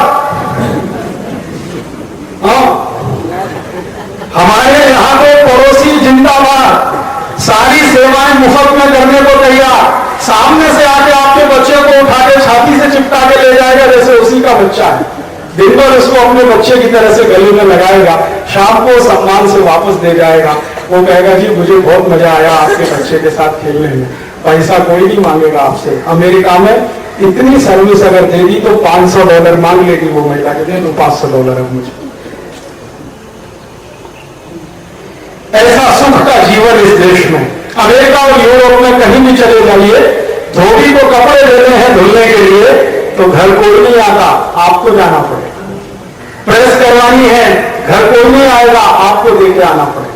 दूध खरीदना है, घर में देने कोई नहीं आएगा, आपको जाना पड़ेगा। यहाँ ये सब कुछ घर के दरवाजे पर है और चिल्ला चिल्ला के बेचारे देके जाते हैं, बाबूजी भाजी ले लो। सवेरे भी आएगा, शाम को भी आएगा, और 2-4 कड़वी बात सुना दी तो भी उसको दम नहीं है। दूसरे दिन फिर आएगा, तीसरे दिन फिर आएगा। वो कहेगा बाबूजी भले भाजी मत लो लेकिन संबंध तो बना रहने दो। धोबी भी घर आके कपड़े ले जाता है, भाजी भी घर में मिल जाती है, दूध वाला घर में दूध आके दे जाता है। और अद्भुत इस हिंदुस्तान में है कि बाल बनाने वाला नाई घर में आके बना के चला जाता। अमेरिका में किसी को बोले तो कहते हैं हाईली इम्पॉसिबल, हो ही नहीं सकता कि नाई घर में आके आपकी दाढ़ी बना जाए। यहां सब कुछ अपने पास है, फिर हम पागलों की तरह से उनके पीछे लग गए। यही हमारे जीवन का सबसे बड़ा दुख है। इसी में से बीमारियां निकल रही हैं, इसी में से स्ट्रेस आ रहा है, मेंटल स्ट्रेस आ रहा है, और इसी में से परेशानियां इतनी बढ़ रही हैं। अब हम वहां तक पहुंच गए हैं कि हमने उनके जैसा अपना परिवार भी बनाना शुरू कर दिया है। यूरोप में पति पत्नी अलग रहते हैं, तो हमने अभी माता पिता से अलग रहना शुरू कर दिया है। थोड़े दिन में वहां भी अलग होना शुरू हो जाएगा। पहले ज्वाइंट फैमिलीज होती थी, अब इस देश में ज्वाइंट फैमिलीज देखने को नहीं मिलती हैं। न्यूक्लियर फैमिली, सिंगल फैमिली, और सिंगल फैमिली वाले इतने परेशान हैं अपने बच्चों को बड़ा करने में। दादा दादी का प्रेम नहीं, नाना नानी का प्रेम नहीं, मौसा मौसी फूफा फूफी का प्रेम नहीं, और जो दादा प्रेम से सिर पे हाथ फिराता है किसी बच्चे को, उसका जो स्पर्श का सुख है वो अमेरिका के किसी बच्चे को नहीं। आप जानते हैं अमेरिका के बच्चे स्पर्श के लिए तरसते हैं, माँ का स्पर्श नहीं, बाप का स्पर्श नहीं, दादा दादी नाना नानी का तो कोई कल्पना ही नहीं करता। और जिस बच्चे पर प्रेम से दादा दादी ने हाथ ही नहीं फेरा है तो बड़ा होके या तो माइकल जैक्सन बनेगा या तो रिवॉल्वर और बंदूक चलाने वाला बने। तो ज्यादातर बच्चे वहां के वायलेंस में हैं, हिंसा में हैं और वल्गैरिटी में हैं। और अमेरिका और यूरोप की जेलों में 70% कैदी बच्चे हैं, बड़े नहीं हैं। इतनी हिंसा है इन देशों में। हिंसा तो होने वाली है। जिस बच्चे को बचपन से माँ बाप का प्यार नहीं मिला, माँ की गर्म गोद का जिसको एहसास नहीं, बाप के स्पर्श का जिसको कोई अंदाजा नहीं, वो तो बड़े होकर डाकू बने, डकैत बने, चोर बने, उचक्का बने, लुच्चा लफंगा बने। ये तो बिल्कुल संभव है। असंभव कहां है इसमें? बच्चे भाई बहन की पवित्रता नहीं जानते तो भाई बहन से बलात्कार कर लेता है, बहन भाई से बलात्कार करवा लेती है। अमेरिका में ऐसा बहुत होता है। ये तो बिल्कुल सामान्य हो गया है। अमेरिका में कई बच्चे तो जेल में इसलिए बन गए कि अपनी माताओं से बलात्कार किया और हत्या कर दी बच्चों ने। आपको सुनकर हैरानी होगी, अमेरिका एक ऐसा देश है जहां दुनिया में पर कैपिटा सबसे ज्यादा पुलिस है। पर कैपिटा सबसे ज्यादा पुलिस है। वहां हमारे भारत में 10,000 लोगों पर एक पुलिस है, 10,000 हिंदुस्तानियों पर एक पुलिस है। अमेरिका में हर 100 व्यक्ति पर एक पुलिस है। तो इसका माने भारत से कई गुना ज्यादा पुलिस है। फिर भी अमेरिका में दुनिया में सबसे ज्यादा क्राइम है, सबसे ज्यादा वायलेंस है। 1 मिनट में सबसे ज्यादा बलात्कार दुनिया में अमेरिका में ही होते हैं। 1 मिनट में सबसे ज्यादा छेड़खानी की घटना अमेरिका में होती है। 1 मिनट में सबसे ज्यादा हार्ट अटैक भी अमेरिका में ही आते हैं। और सबसे ज्यादा बीमार लोगों का समाज वही अमेरिका है। अमेरिका की सड़कें बहुत चिकनी है, आपको मालूम है? इतनी चिकनी है कि सड़क पर गाड़ी चले तो पता नहीं चलता हम सड़क पे चल रहे हैं या हवा में उड़ रहे हैं। फिर भी सबसे ज्यादा पीठ दर्द के मरीज अमेरिका में ही पर कैपिटा। इतनी चिकनी सड़क पे गाड़ियां ही गाड़ियां दौड़ती हैं, फिर पीठ का दर्द क्यों होता है? हम हिंदुस्तानियों के देश में होना तो संभव है, क्योंकि यहां सड़क ही नहीं है, खड्डे ही खड्डे हैं। सड़क के बीच में खड्डे, खड्डे के बीच में सड़क, बार बार गाड़ी ऊपर नीचे होती है। हमको पीठ का दर्द हो तो समझ में आता है। वो इतनी चिकनी सड़क पर दौड़ने वाले फिर भी पीठ के दर्द के मरीज हैं। तो अब वहां के लोगों ने बोलना शुरू किया है, डॉक्टरों ने, कि भैया हमारे देश में 90% बीमारी साइकोसोमेटिक है। अब ये सत्य स्वीकार कर रहे हैं। साइकोसोमेटिक माने जीवन शैली में से उत्पन्न रोग। तो अब वो जीवन शैली बदले तो वो ठीक हो, जीवन शैली बदल नहीं सकते क्योंकि पर्यावरण और प्रकृति उनकी ऐसी है नहीं। तो वो तो बेचारे अभिशप्त हैं इसी में डूबने के लिए और मरने के लिए। मैं आपसे निवेदन करने आया हूं कि आप इसके लिए अभिशप्त नहीं। अगर आप इस देश में रहते हैं, स्वस्थ रहना चाहते हैं, तंदुरुस्त रहना चाहते हैं, बिना दवा के जीवन शैली बदल दीजिए। ये अमेरिका और यूरोप वाली जो जीवन शैली है हमारी, सवेरे से लेकर शाम तक, इसको बदल दीजिए। भारतीयता वाली जीवन शैली में आ जाइए। आपकी 90% बीमारियां ऐसे ही चली जाएंगी और 10% बीमारियां आपकी, जो आप भारतीयता के इन मूल्यों को स्वीकार कर लें कि जीवन सिर्फ अपने लिए नहीं है। अगर अपने लिए है तो वो पशु का जीवन है, परमार्थ के लिए ये जीवन है। तो बाकी 10% लोग इसी में से निकल जाएंगे। तो आप बोलेंगे हमें क्या करना है? सवेरे से शाम तक आप एक लिस्ट बनाइए अपनी जिंदगी में और देखिए कि कहां कहां आप भारतीय हैं और कहां यूरोपीय हैं।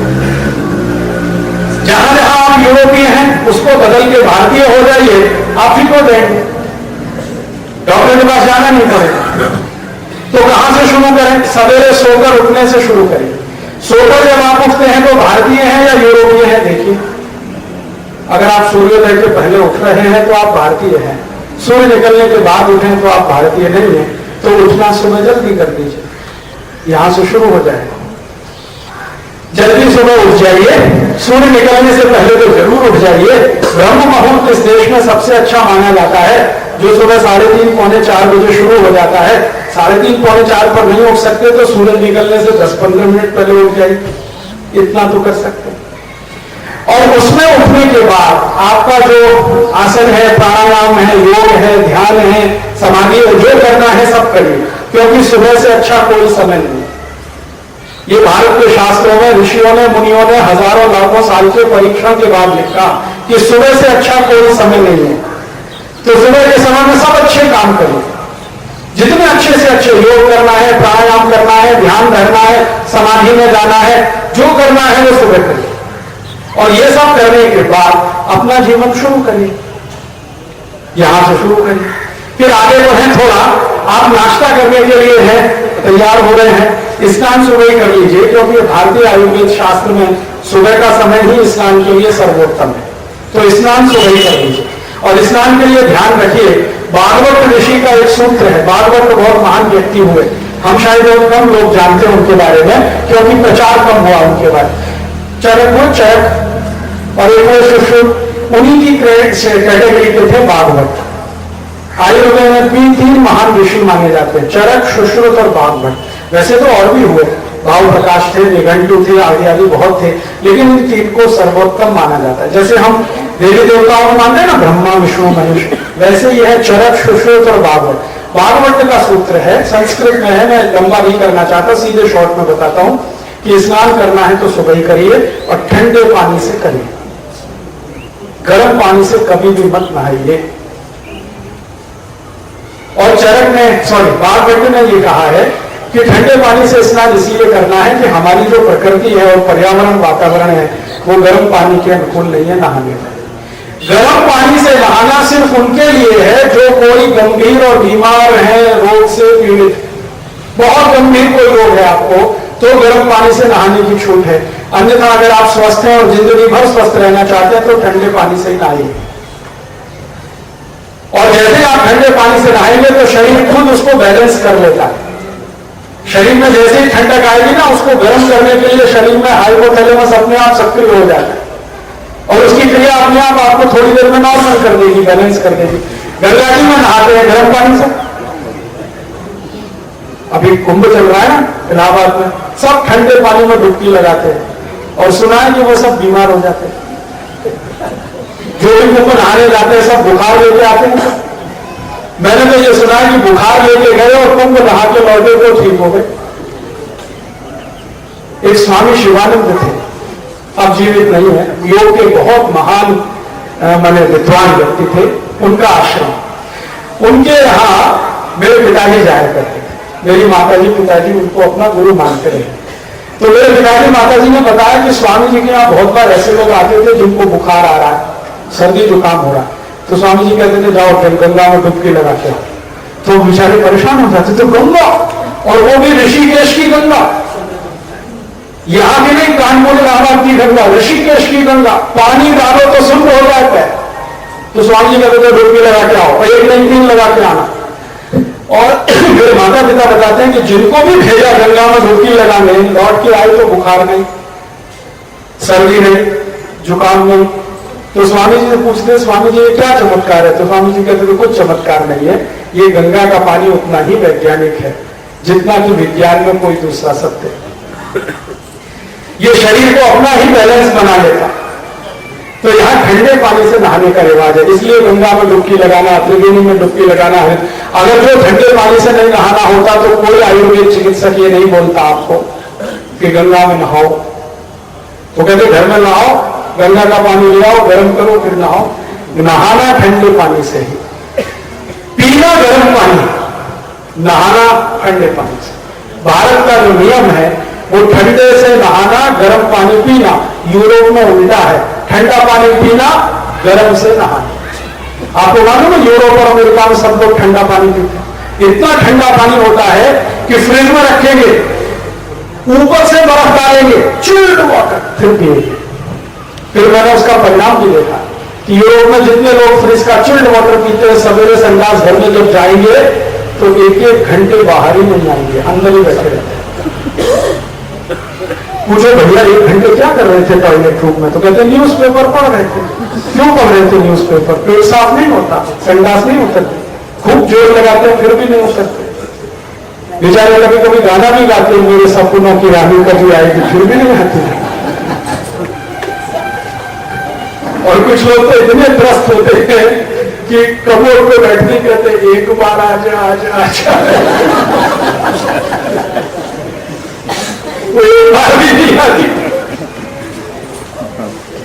मैक्सिमम यूरोप और अमेरिका के लोगों को मैंने देखा, उनको कॉन्स्टिपेशन है, कब्जियत है, और इतनी कब्जियत है कि 2-2 दिन पेट साफ नहीं होता, 3-3 दिन नहीं होता।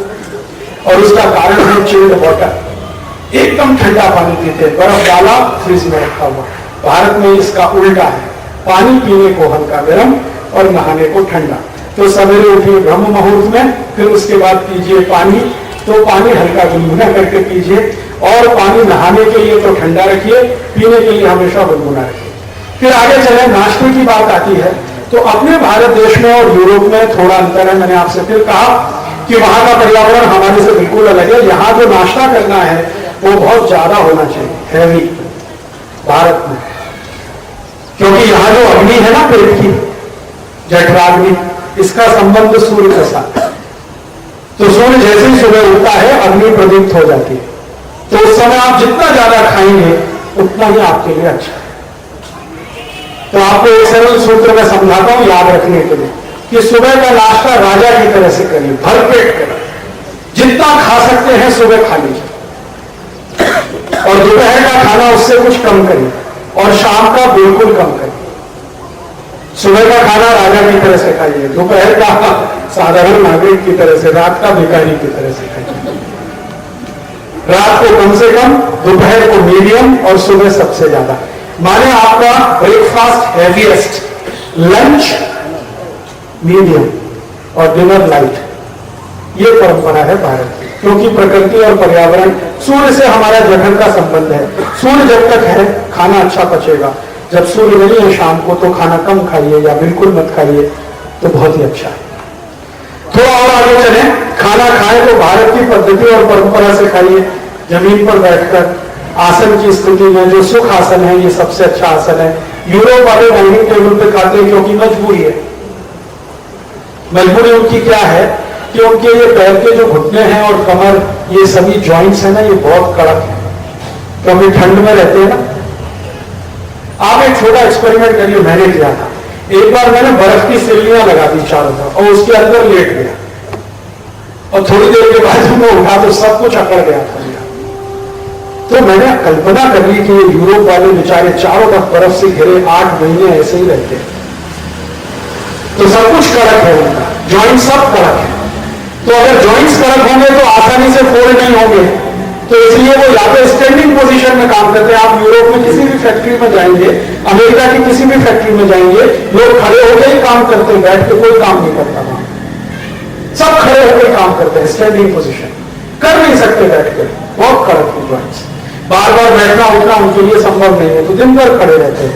हमारे लिए ये नहीं, हमारे जॉइंट्स तो बहुत ही सॉफ्ट है, हमारा सब कुछ सॉफ्ट है, स्किन भी सॉफ्ट है, जॉइंट्स भी सॉफ्ट हैं, गम्स भी सॉफ्ट है। हिंदुस्तान के हर आदमी की हड्डियां यूरोप की तुलना में बहुत सॉफ्ट है। तो हमारा सॉफ्ट है, तो बार बार इसमें फ्लेक्सिबिलिटी बनी रहे, तो उठना बैठना चालू रहे, तो बैठ के खाना खाना, ये आलती पालती मार के तो अच्छे से आप करें, तो जमीन पे खाना खाइए, डाइनिंग टेबल हटा दीजिए, बहुत कॉस्टली है। हाँ, दोनों हिसाब से, बीमारी के हिसाब से भी और खरीदा है आपने उसके हिसाब से। आप घर के जितने बड़े इलाके में डाइनिंग टेबल रखते हैं, ये इलाका कम से कम 20 स्क्वायर फीट तो होगा या 25 स्क्वायर फीट तो होगा। 1 स्क्वायर फीट जमीन कितने की है भिलाई में? 500। तो 25 स्क्वायर फीट, 25 में 500 का गुणा कर लो, 7,500 रुपए का खर्चा, माने इनकम आपने ब्लॉक की हुई है हर दिन की, घेर के रखा है उसको, काम नहीं आ रही है गुजर, क्या मूर्खता है। हटा दीजिए इस डाइनिंग टेबल। आप लोग क्या करें, बेच दीजिए कबाड़ी को, कुछ काम आ जाएगी उसके, हाथ पैर निकाल के बेच लेगा उसको। आपको तो जमीन पर बैठ के खाना है, क्या जरूरत है इस डाइनिंग टेबल? तो जमीन पर बैठ के खाना खाइए, फिर जमीन पर बैठ के ही पानी पीजिए और जमीन पर लेटिए। इस देश में ये 3 चीजों के बारे में बार बार कहा गया है, जमीन पे खाना है, जमीन पे ही पानी पीना है, जमीन पे ही सोना है, बेड पे सोना भी अच्छा नहीं। तो धीरे धीरे हम यूरोप से भारतीयता में आना शुरू कर रहे हैं और आप देखेंगे आपकी बीमारियां चुपचाप शरीर से विदा होना शुरू हो जाए। और इसके लिए हमारे देश में सबसे अच्छा शास्त्र कोई है। जो मैं कुछ बोल रहा हूं ना, ये मेरी अपनी बात नहीं बोल रहा हूं, ये भागवत ऋषि की लिखी हुई बातें बोल रही। बस इतना ही अंतर है कि उन्होंने सब कुछ संस्कृत में कहा, मैं आपको सीधे हिंदी करके बता रहा हूं। भागवत ऋषि ने 2 किताबें लिखी हैं, मौका मिले जरूर पढ़िए। आपकी जिंदगी में 2 पढ़ने लायक किताबें मैं बता रहा हूं। रामायण पढ़ सकते हैं, बहुत अच्छा नहीं पढ़ सकते तो ये भागवत की जरूर पढ़ लीजिए। रामायण पढ़े ना पढ़े कोई फर्क नहीं पड़ता, क्योंकि राम आपके हृदय में है। महाभारत पढ़े ना पढ़े कोई फर्क नहीं पड़ता, भागवत ऋषि की 2 किताबें जरूर पढ़िए। एक का नाम है अष्टांग हृदय और दूसरी है अष्टांग संग्रह। अष्टांग हृदय और अष्टांग संग्रह मैंने मेरी जिंदगी में सैकड़ों किताबें पढ़ी हैं, अलग अलग तरह की, इंजीनियरिंग की पढ़ी है, साइंस की, फिजिक्स की, बेसिक फिजिक्स की, लेकिन मेरी मान्यता है जितनी अच्छी ये 2 किताबें हैं शायद दुनिया में कोई नहीं। ये मिलती है बाजार में, अष्टांग हृदय भी मिलती है, अष्टांग संग्रह भी मिलती है, भागवत इसके लेखक हैं, इनके सूत्र हैं छोटे छोटे छोटे छोटे, इनका आप पालन कर लीजिए। भागवत के सूत्रों को मैं आपको बता देता हूं, पुस्तक जब आप पढ़े तब पढ़ लेना, 10-15 सूत्र बता देता हूं, तो आपकी जीवन शैली में से स्वस्थ कैसे हो जाए, आप निरोगी कैसे हो जाए, रोग मुक्त कैसे हो जाए, ये इसमें से समझ में आ जाए। भागवत जी कहते हैं खाना कभी भी खाएं, जमीन पर खाइए, ये तो एक बात मैंने बता दी, पानी कभी भी पिए, जमीन पर बैठ के पिए। खाना खाने के लिए वो बोलते हैं कि खाने के साथ पानी मत पीजिए। नेचुरोपैथी में भी यही सूत्र है, खाने के कम से कम 1 घंटे बाद, 1.5 घंटे बाद पानी पीजिए, तुरंत पानी मत पीजिए। कोई बहुत इमरजेंसी हो तो उसके लिए सूत्र यह है कि एक धान्य से दूसरे धान्य के बीच में जो आप करते हैं ना ट्रांसफॉर्मेशन, माने आप गेहूं की रोटी खा रहे थे, ये एक धान्य है, अब आप चावल खाना शुरू कर रहे हैं, ये दूसरा धान्य, तो दोनों के बीच के जंक्शन पर थोड़ा 1 घूंट पानी पी लीजिए बस। जैसे रोटी खाना पूरा हुआ, अब आप चावल खाना शुरू कर रहे हैं तो 1 घूंट पानी पी के फिर चावल खाना शुरू करिए, इतने की ही अनुमति है। और खाना शुरू कर रहे हैं तो 1 घूंट पानी पी के शुरू करिए, ये एक दूसरी अनुमति है। ये गड़गड़ लोगा भर के पीना, ये बहुत खतरनाक है, मत कीजिए। और इसका कारण सीधा सीधा सा यह है कि आप जो कुछ भी खाते हैं उसका पाचन होने के लिए अग्नि प्रदीप्त होती है, और अग्नि प्रदीप्त होगी और आप पानी पी लेंगे तो अग्नि शांत हो जाएगी, तो फिर खाने का पाचन नहीं होगा, तो खाना सड़ेगा, सड़ा हुआ खाना सैकड़ों रोग पैदा करेगा। खाना पचना चाहिए, इसके लिए आवश्यक है कि आप पानी 1-1.5 घंटे बाद पिए। मैंने ये देखा है जानवर जितने हैं ना प्रकृति में, ये सब बाघ भट्टे के चेले हैं, सब जानवर, गाय, भैंस, बकरी, बकरा, घोड़ा, गधा, कुत्ता, सब बाघ भट्टे के चेले। मैंने किसी भी जानवर को खाने के साथ पानी पीते नहीं देखा। गाय सवेरे खाना खाएगी, भरपेट पानी दोपहर को पिएगी, भैंस सवेरे खाना खाएगी, भरपेट पानी दोपहर को पिएगी, बकरी सवेरे खाएगी, पानी दोपहर को पिएगी, चिड़िया, पक्षी सब खाना सुबह खाएंगे, भरपेट पानी सब दोपहर को पिएंगे। मनुष्य एक ऐसा मूर्ख प्राणी है जो खाने के साथ गटगट पिएगा और खाने के बाद तो लोटे पर लोटा पिएगा, बहुत खराब है। जब भैंस समझती है तो आप तो समझ जाइए। हमारे जानवरों में सबसे मूर्ख भैंस मानी जाती है, उसको भी भागवत का सूत्र समझता है, तो आप तो समझ लीजिए। आज से इस नियम को पालन करिए, और मैं आपको बहुत विनम्रता पूर्वक कह रहा हूं कि आज से आप ये शुरू कर दीजिए, आज से तीसरे दिन में आपको इसके असर दिख जाएंगे। क्या असर दिखेंगे? खाने के 1.5 घंटे बाद अगर आप पानी पी रहे 1.5-2 घंटे के बाद, सबसे पहले आपका ये एड़ी का दर्द चला जाएगा, अगर है तो सबसे पहले तीसरे दिन से। 4-5 दिन के बाद आपके ये घुटने के दर्द में कमी आ जाएगी, 8-10 दिन के बाद कमर का दर्द कम हो जाएगा, 15 दिन के बाद एड़ी का दर्द और घुटने का दर्द चला ही जाए तो बहुत आश्चर्य मत करना आप इसमें। 3-4 दिन अगर आपने ये किया तो पेट में गैस बनना बंद, खट्टी लगार आना बंद, मुंह में पानी आना बंद, अच्छी नींद आएगी। ये सब 3-4 दिन में शुरू हो जाएगा। आज से शुरू कर दीजिए। मैं ये काम सालों से कर रहा हूं और इसका लाभ मुझे ये है कि कभी डॉक्टर के पास जाने की जरूरत नहीं पड़ती। कभी जाता भी हूं तो ब्लड प्रेशर नॉर्मल है, शुगर नॉर्मल है, ट्राइग्लिसराइड नॉर्मल है, कोलेस्ट्रॉल नॉर्मल है, कोई तकलीफ नहीं है। आप भी कर सकते हैं, बहुत सरल है। खाने के 1-1.5 घंटे बाद पानी पीना, ये भागवत का सूत्र मेरा नहीं है।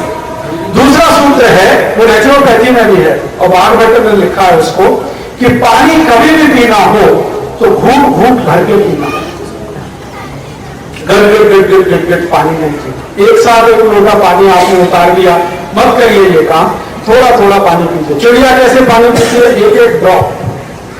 कुत्ता कैसे पानी पीता है? चाट चाट के। सभी पक्षी और जानवर पानी थोड़ा थोड़ा करके ही पीते हैं, तो आप भी पानी थोड़ा थोड़ा पीजिए।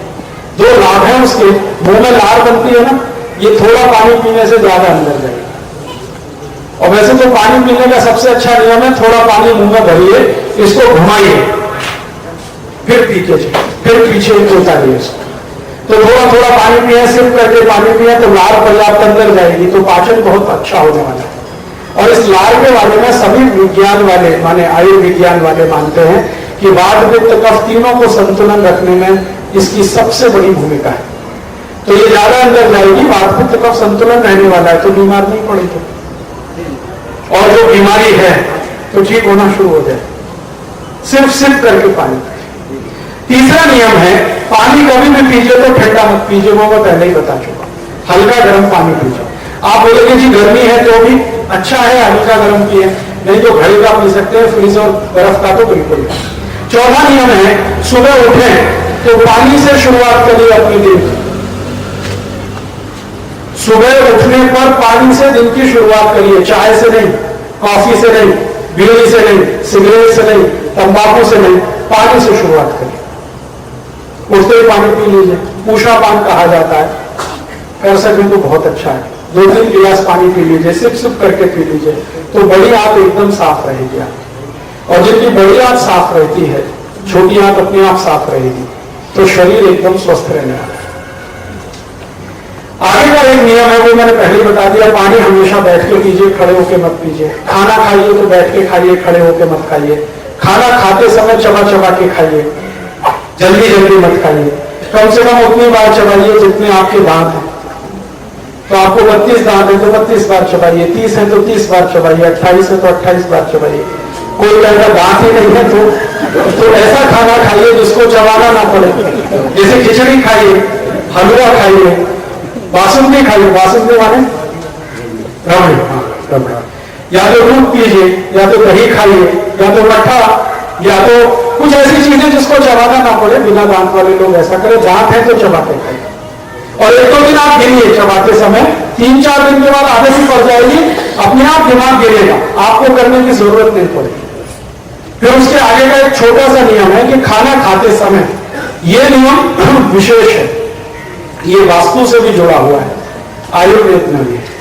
यह नियम है कि भोजन करते समय आपका मुंह अगर पूर्व की दिशा में है तो सबसे अच्छा, सूर्य की दिशा सबसे अच्छा, नहीं तो बाकी तो ठीक है, मजबूरी में तो कुछ भी होता है, अच्छा तो यही है। फिर आगे का एक छोटा सा नियम है कि दोपहर को खाना खाया तो 20 मिनट के लिए विश्रांति लीजिए, वामकुक्षी। वामकुक्षी माने ये जो लेफ्ट साइड है ना, इसमें लेट जाइए 20 मिनट, और उस 20 मिनट में नींद ले ले तो बहुत ही अच्छा। रात का नियम है कि खाना खाइए तो 2 घंटे तक मत सोइए, कम से कम 3 घंटे नहीं सो तो और भी अच्छा। दोपहर को खाते ही विश्रांति लेना है, रात को 2-3 घंटे तक सोना नहीं। फिर एक छोटा सा नियम है, अगर कर सकें सब लोग, कि खाने के तुरंत बाद थोड़ी देर अगर शाम को वज्रासन में बैठे तो बहुत अच्छा है। पहले 10 ही मिनट बैठे लेकिन बहुत अच्छा है। दोपहर को भी बैठ सकते, जो वामकुक्षी नहीं कर सकते उनको वज्रासन जरूर करना चाहिए दोपहर को। फिर आगे का एक नियम है कि आप जब भी विश्रांति लें तो सिर आपका हमेशा पूर्व में या दक्षिण में रखिए, आइदर ईस्ट और साउथ। नॉर्थ और वेस्ट में सिर करके कभी मत सोइए, नहीं तो नींद कभी भी अच्छी नहीं आएगी। इसका संबंध है पृथ्वी के गुरुत्वाकर्षण से।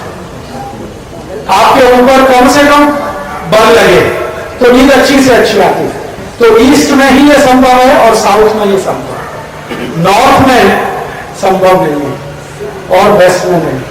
अब मैं बचपन में याद करता हूं कि मैंने बहुत सारे घरों में देखा, किसी की मृत्यु हुई तो तुरंत उसका सिर उत्तर में करते हैं। जीवित रहने पर उत्तर नहीं चलता, मरने के बाद ही उत्तर में किया जाता है। इसलिए उत्तर में सिर करके कभी मत सोइए। मृत्यु की दिशा माने जल्दी मृत्यु आएगी। दीर्घ जीवन जीना है तो ईस्ट में और साउथ में। और एक बहुत अच्छा सूत्र है भागवत का, संस्कृत में है, सीधे हिंदी बताता हूं। भागवत जी कहते हैं कि ऐसे भोजन को कभी मत खाइए जिस पर सूर्य के प्रकाश का और पवन का स्पर्श ना हुआ हो। सूर्य का प्रकाश, पवन का स्पर्श जिस भोजन को नहीं हुआ वो कभी मत खाइए। भागवत ने ये बात हजारों साल पहले कही और आज की शताब्दी में ये बिल्कुल सटीक दिखाई देती है। सूर्य का प्रकाश और पवन का स्पर्श नहीं हुआ, ऐसा एक ही भोजन होता है जो फ्रिज में रखा हुआ है कि नहीं? फ्रिज में सूर्य का प्रकाश नहीं जाता, फ्रिज में पवन भी नहीं घुस सकती। ये भोजन मत खाइए, खतरनाक है। ये भागवत ने हजारों साल पहले कहा था फ्रिज नहीं था, लेकिन शायद उनको ये अंदाजा रहा होगा कि एक दिन ये दुनिया मूर्खता करेगी और ऐसा कुछ ही बनाएगी मशीन जो लोगों को बीमार करेगा। इसलिए उन्होंने बोला है कि सूर्य प्रकाश और पवन स्पर्श जिसको नहीं हुआ ऐसा भोजन मत करिए, माने फ्रिज का खाना मत खाइए, ताजा ताजा बनाया हुआ खाना खाइए। फ्रिज मैंने बताया यूरोप के लिए मजबूरी है, हमारे लिए स्टेटस सिंबल नहीं हो सकता। हम ताजा खाना बना के रोज सुबह खाते हैं, फिर शाम को भी खाते हैं। और खाने का तो नियम यह है कि 1 घंटे के अंदर बना के खा लेना बहुत अच्छा है। खाना बनाया और 1 घंटे में खा लेना ही सबसे अच्छा है। ये फ्रिज में रख के शाम को खाना, फिर शाम का अगले दिन खाना, फिर सुबह का दूसरे शाम को खाना, ये महामूर्खता है। ये आप खुद बीमारी की तरफ जाना चाहते हैं। ऐसे ऐसे वाल्मीकि ऋषि के 2000 नियम मैंने आपको 10 बारे बताए। 2000 में बता सकता हूं, लेकिन उसमें बहुत समय जाएगा। आपके पास भी नहीं है, मेरे पास भी नहीं। तो ये 10 बारे नियम मैंने बता के आपको कहा कि आप इनसे शुरू करिए। अगर आपको मजा आए तो आगे 2000 नियम बताने आऊंगा, इसका मैं आपको विश्वास दिला। लेकिन उसके लिए आपको जैसे राम कथा होती है ना, ऐसे स्वास्थ्य कथा करानी पड़ेगी। हाँ, मैंने एक बार ये बोला है बहुत पहले स्वास्थ्य कथा में, उसमें 40 घंटे लगते हैं, तब 2000 सूत्र समझ में आते हैं। तो 40 घंटे कब होंगे? रोज 3 घंटे सुनो तो 11 दिन चाहिए, 12 दिन चाहिए, 13 दिन चाहिए। तो इतने दिन में राम कथा होती है। तो कभी आप तय करो भिलाई वाले कि हम स्वास्थ्य कथा कहाएंगे। राम कथा बहुत हो गई, कृष्ण कथा भी हो गई, कोई राम नहीं हो रहा है, कोई कृष्ण भी नहीं। हाँ, सालों साल से हम सुन रहे हैं राम की कथा, सालों साल से सुन रहे हैं कृष्ण की कथा। एक राम नहीं निकलता, एक कृष्ण नहीं निकलता। रावण और कंसों की संख्या बढ़ती जा रही है। रावण बहुत हो रहे हैं, कंस बहुत हो। तो मैं आप लोगों से विनती करता हूं कि भाई स्वास्थ्य कथा कहना शुरू करो, तो कम से कम हम अपने लिए तो कुछ कर पाएंगे, अपना जीवन सुखी बनाएंगे, अपना जीवन निरोगी बनाएंगे। और शायद इसकी जरूरत है देश को, इसलिए रामदेव जी ने कहना शुरू किया स्वास्थ्य कथा ही तो है। और लोग सवेरे सवेरे 4 बजे सब छोड़ छाड़ कर पहुंच जाते हैं स्वामी जी के पास, और स्वामी जी बोले पैर ऊपर कर लो तो ऊपर, सिर नीचे कर लो तो नीचे। 100 करोड़ रुपए का मालिक, 200 करोड़ रुपए का मालिक स्वामी जी के कहने पे सिर नीचे कर रहा है, पांव ऊपर कर रहा है। स्वामी जी कहते हैं 2 मिनट ऐसे रखो, नीचे नहीं गिराना, ऊपर। जो आदमी कभी 8 बजे पहले सोकर नहीं उठा, वो रामदेव जी के यहाँ सवेरे 4 बजे पहुंच जाता है, गाड़ियां लाइन से लगाता है। कारण क्या है? शायद उसकी जरूरत है उसको, इसलिए ना। तो मुझे ऐसा लगता है कि ये स्वास्थ्य कथा आज कही जाए इस देश में, तो शायद ज्यादा इसमें से अच्छे परिणाम निकलेंगे। कम से कम एक परिणाम तो अच्छा निकलेगा, सब निरोगी हो जाएंगे, सुखी हो जाएंगे, तो उनका लाखों करोड़ों का खर्चा बचेगा और देश की उत्पादकता बढ़ेगी और समाज थोड़ा बेहतर हो जाएगा। तो आपको ये विषय में अगर रुचि हो तो कभी दोबारा आप रख सकते हैं, लेकिन 8-10 दिन लगातार 4-4 घंटे मैं बात करूंगा। उसमें मैंने स्लाइड्स प्रोजेक्शंस बनाए हैं, एलसीडी प्रोजेक्टर से बड़े स्क्रीन पर मैं उसको दिखाता हूं। भागवत का सूत्र क्या है, उसका अर्थ क्या है और उसका आज के समय में अर्थ क्या है, ऐसा करके। तो खैर कभी भविष्य की बात है, लेकिन आज जो 10 बारे बताया ये आप ध्यान रखिए, इतने से शुरू करिए, बहुत लाभ हो जाएगा। अभी आखिरी हिस्सा मेरे व्याख्यान का कि आपके अपने घर में जो कुछ भी है वो सब औषधि है, इसका ध्यान रखिए हमेशा। भारत में ऐसी कोई चीज नहीं है जिसका औषधीय गुण नहीं है। भारत में ऐसी कोई चीज नहीं है जिसका औषधीय गुण नहीं है। आप जिस घास पर पैर रख के बैठे, इस घास का भी औषधीय गुण है। हर चीज का औषधीय गुण है, क्योंकि इस देश पर सूरज की बहुत मेहरबानी है, सूर्य का प्रकाश भरपूर है, इसलिए जो कुछ उगता है सूर्य के प्रकाश से कुछ ना कुछ विशेषता लिए हुए रहता है। तो अगर आप इसको समझ लें तो चिकित्सा आप खुद कर सकते हैं।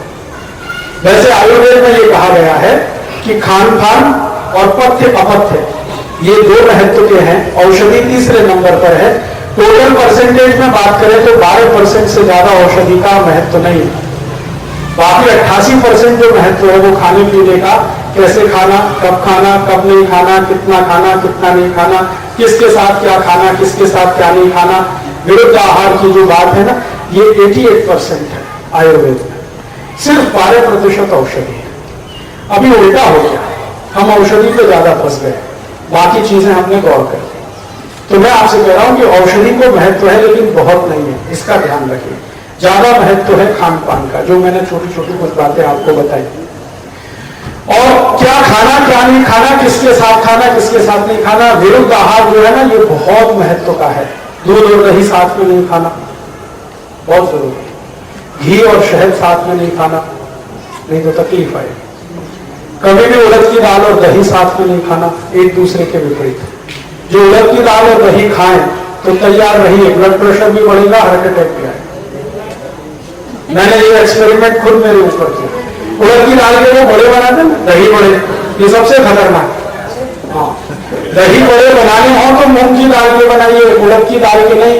उड़द की दाल दही कभी भी साथ में नहीं, आयुर्वेद ने इसको बहुत निषिद्ध बोला।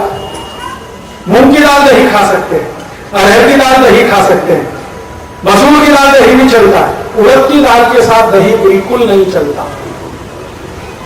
और ये बात मैंने एक ऐसे वैद्य के मुंह से सुनी जो लगभग 60 साल से आयुर्वेद चिकित्सा करते हैं, जयपुर में रहते हैं। तो मैंने विश्वास नहीं किया, तो फिर उन्होंने पढ़ा दिया मुझे शास्त्र में, तो फिर भी मुझे कम विश्वास हुआ। तो उनका चलो अभी तुम्हारे ऊपर परीक्षण करता। तो उन्होंने मेरा ब्लड प्रेशर चेक किया, नोट कर लिया, फिर उन्होंने मुझे बड़े खिला दिए, उड़द की दाल और दही के बड़े खिलाए। खाते ही फिर ब्लड प्रेशर चेक किया, मेरा ब्लड प्रेशर हाई था। तब मुझे भरोसा हुआ और उस दिन से मैंने सबको बोलना शुरू किया। और जो ये रोज खा रहे थे उन्होंने बंद किया, तो वो खुद महसूस करते हैं कि पहले से भी अच्छा लगता है। तो उड़द की दाल दही मत खाइए, शहद और घी साथ में मत खाइए, दूध और दही कभी साथ में मत खाइए। खीर बनाई है तो मट्ठा मत पीजिए, मट्ठा पिया तो खीर मत खाइए, दही खाया है तो कभी खीर मत खाइए, खीर खाइए। तो ये तो सब आप समझते हैं। तो विरुद्ध आहार कभी भी साथ में मत करिए। इसी विरुद्ध आहार की आगे की एक श्रेणी है, माताओं बहनों को विशेष रूप से कह रहा हूं, मिक्स वेजिटेबल कभी मत खाइए। एक बार में एक ही सब्जी खाइए, एक बार में एक ही सब्जी खाइए। लौकी की सब्जी है तो लौकी की ही खाइए, उसमें आलू मत मिलाइए। ये हर चीज में आलू मिलाना ये यूरोप वालों की मजबूरी है, क्योंकि उनके पास आलू के अलावा कुछ नहीं है। हर चीज में आलू आलू आलू, आप मत करिए ये धंधा। बिना आलू के सब्जियां बनती हैं, बहुत स्वादिष्ट बनती है। और मिक्स मत करिए सब्जियों को कभी भी, आलू और टमाटर जैसे बना दिया, या पत्ता गोभी में हमने गाजर मिला दिया, या फूल गोभी में गाजर मिला दिया, या मटर फूल गोभी और गाजर एक साथ बना दिया। ये अलग अलग करिए, एक सब्जी एक ही खाइए एक बार। और नियम इसका इतना माइक्रो लेवल का है कि आपने भोजन करना शुरू किया, आपके पास 3 सब्जियां हैं, तीनों सेपरेट है। मान लो एक लौकी की सब्जी है, एक कद्दू की सब्जी है, एक टमाटर की, तीनों अलग अलग है। तो पहले एक सब्जी खत्म करिए पूरी, फिर दूसरी कटोरी की सब्जी खत्म करिए पूरी, फिर तीसरी। ये नहीं एक दस्ता एक सब्जी से खाया, दूसरा दूसरी से खा लिया, तीसरा तीसरी से। ये जो गाड़ी है ना, गियर वाली नहीं है, गियर बदलता नहीं है इसमें जल्दी है। एक बार जो चल पड़ी वैसे ही चलती है। तो एक बार पूरी सब्जी खत्म करिए, फिर दूसरी खाइए, फिर तीसरी खाइए। और सलाद का भी ये नियम है कि मिक्स सलाद मत खाइए। आपको खाना है तो खीरा खाइए, भरपेट खाइए, ककड़ी खाइए, भरपेट खाइए, गाजर खानी है भरपेट खाइए, जो खाना है भरपेट खा लीजिए आप, उसमें कोई तकलीफ नहीं है। ये मिला मिला के ये ठीक, नहीं तो शरीर को बहुत तकलीफ है। तो क्या खाना है ये ध्यान रखना है, किसके साथ क्या खाना है ये भी बहुत महत्व का है, इसे भी ध्यान रखना है। कैसे खाना है थोड़ी थोड़ी कुछ बातें बता दिए। और अंत में जो मैं बताने जा रहा हूं वो ये कि आपके रसोई में जो कुछ है, मैं ध्यान देके आपको समझाना चाहता हूं कि सब मेडिसिन आपके पास है, ऐसी कोई चीज नहीं है जो औषधि नहीं है। हम उसका उपयोग करें औषधीय रूप में। तो आप बोलेंगे जी क्या क्या है। एक बार मैंने रसोई घर की सूची बनाई तो मैंने देखा कि उसमें 108 दवाएं, गरीब से गरीब घर के रसोई में भी 108 दवाएं। आपको उनका महत्व मालूम हो तो कि किसमें क्या करें। अब वैसे हम सब रसोई में मसाले इस्तेमाल करते ही हैं, वो वास्तव में सभी औषधियां हैं, उनके दूसरे स्वरूप भी हैं उपयोग करने के, वो मैं आपसे कहना चाहता हूं। आपकी रसोई में एक बहुत अच्छी सुंदर दवा है, उसका नाम है मेथी का दाना। मेथी का दाना बहुत ही सुंदर, बहुत अद्भुत। आपके शरीर में वात, पित्त और कफ 3 असंतुलन है आयुर्वेद के हिसाब से। तो वात और कफ, ये जो 2 असंतुलन है ना, सबसे अच्छे तरीके से ठीक करने की ताकत मेथी के दाने है। वात और कफ, वात के जितने असंतुलन है, जैसे घुटने दर्द कर रहे हैं, एड़ी दर्द कर रही है, कमर दर्द कर रही है, कंधे दर्द कर रहे हैं, सभी जॉइंट्स में आपको पेन हो रहा है, संधिवात हो गया है, अर्थराइटिस हो गया, रूमेटॉइड अर्थराइटिस हो गया, ऑस्टियोआर्थराइटिस हो गया, ये सब रोग मेथी दाने से ठीक होते हैं। मेथी दाने का अच्छा उपयोग करें। अगर आपको वात की तकलीफ है तो मेथी दाना जरूर लीजिए, नहीं है तो मत लीजिए, है तो जरूर लीजिए। वात की कोई भी तकलीफ है, मेथी दाना लेने के कई तरीके हैं। मेथी दाने का पाउडर बना के फंकी रूप में ले सकते हैं, लेकिन सबसे अच्छा तरीका है उसको पानी में डाल दीजिए, दाने को रात भर रखा रहने दीजिए, सवेरे उठ के पानी को पी लीजिए, पीछे से दाना चबा के खा लीजिए। फिर आप देखिए 2 से 2.5 महीने के अंदर आपकी वात की सब तकलीफें आपको लगेगा कि खत्म हो रहा है। और वात के साथ कफ, कफ के जितने भी रोग हैं उसमें भी ये बहुत अद्भुत काम करता है मेथी का दाना। कफ के रोग क्या हैं? आपको बहुत मोटापा हो गया, जरूरत से ज्यादा आपका वजन बढ़ गया, ये कफ की तकलीफ है, मेथी दाने से बिल्कुल ठीक हो। वजन अगर बढ़ा हुआ है तो 3-3.5 महीने मेथी दाना खा लीजिए। 1 चम्मच दाना 1 गिलास पानी में रात को डालिए, दाना चबा के खाइए, पीछे से पानी पी लीजिए। 3-3.25 महीने में देखेंगे आपका वजन कम होना, और 3-3.25 महीने में नॉर्मल कर देता, सामान्य रूप से जितना होना चाहिए वहां आ जाएगा, बिना किसी और दूसरी तकलीफ के। कफ के और वात के और भी कई रोग हैं, उनमें से एक है कोलेस्ट्रॉल बढ़ गया, ट्राइग्लिसराइड बढ़ गया। डॉक्टर बोलता है कभी भी हार्ट अटैक आ सकता है, जल्दी से ऑपरेशन करा लो, एंजियोप्लास्टी करा लो। आपकी ताकत नहीं है, पैसे नहीं ऑपरेशन कराने के, तो सीधे आप मेथी दाना खाना शुरू कर दीजिए। 3-3.5 महीने में आपका VLDL LDL दोनों ठीक करेगा, HDL को बढ़ा देगा।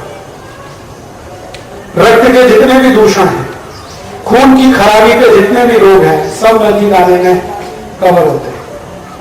तो बहुत अच्छी दवा है, इसको घर में रखिए।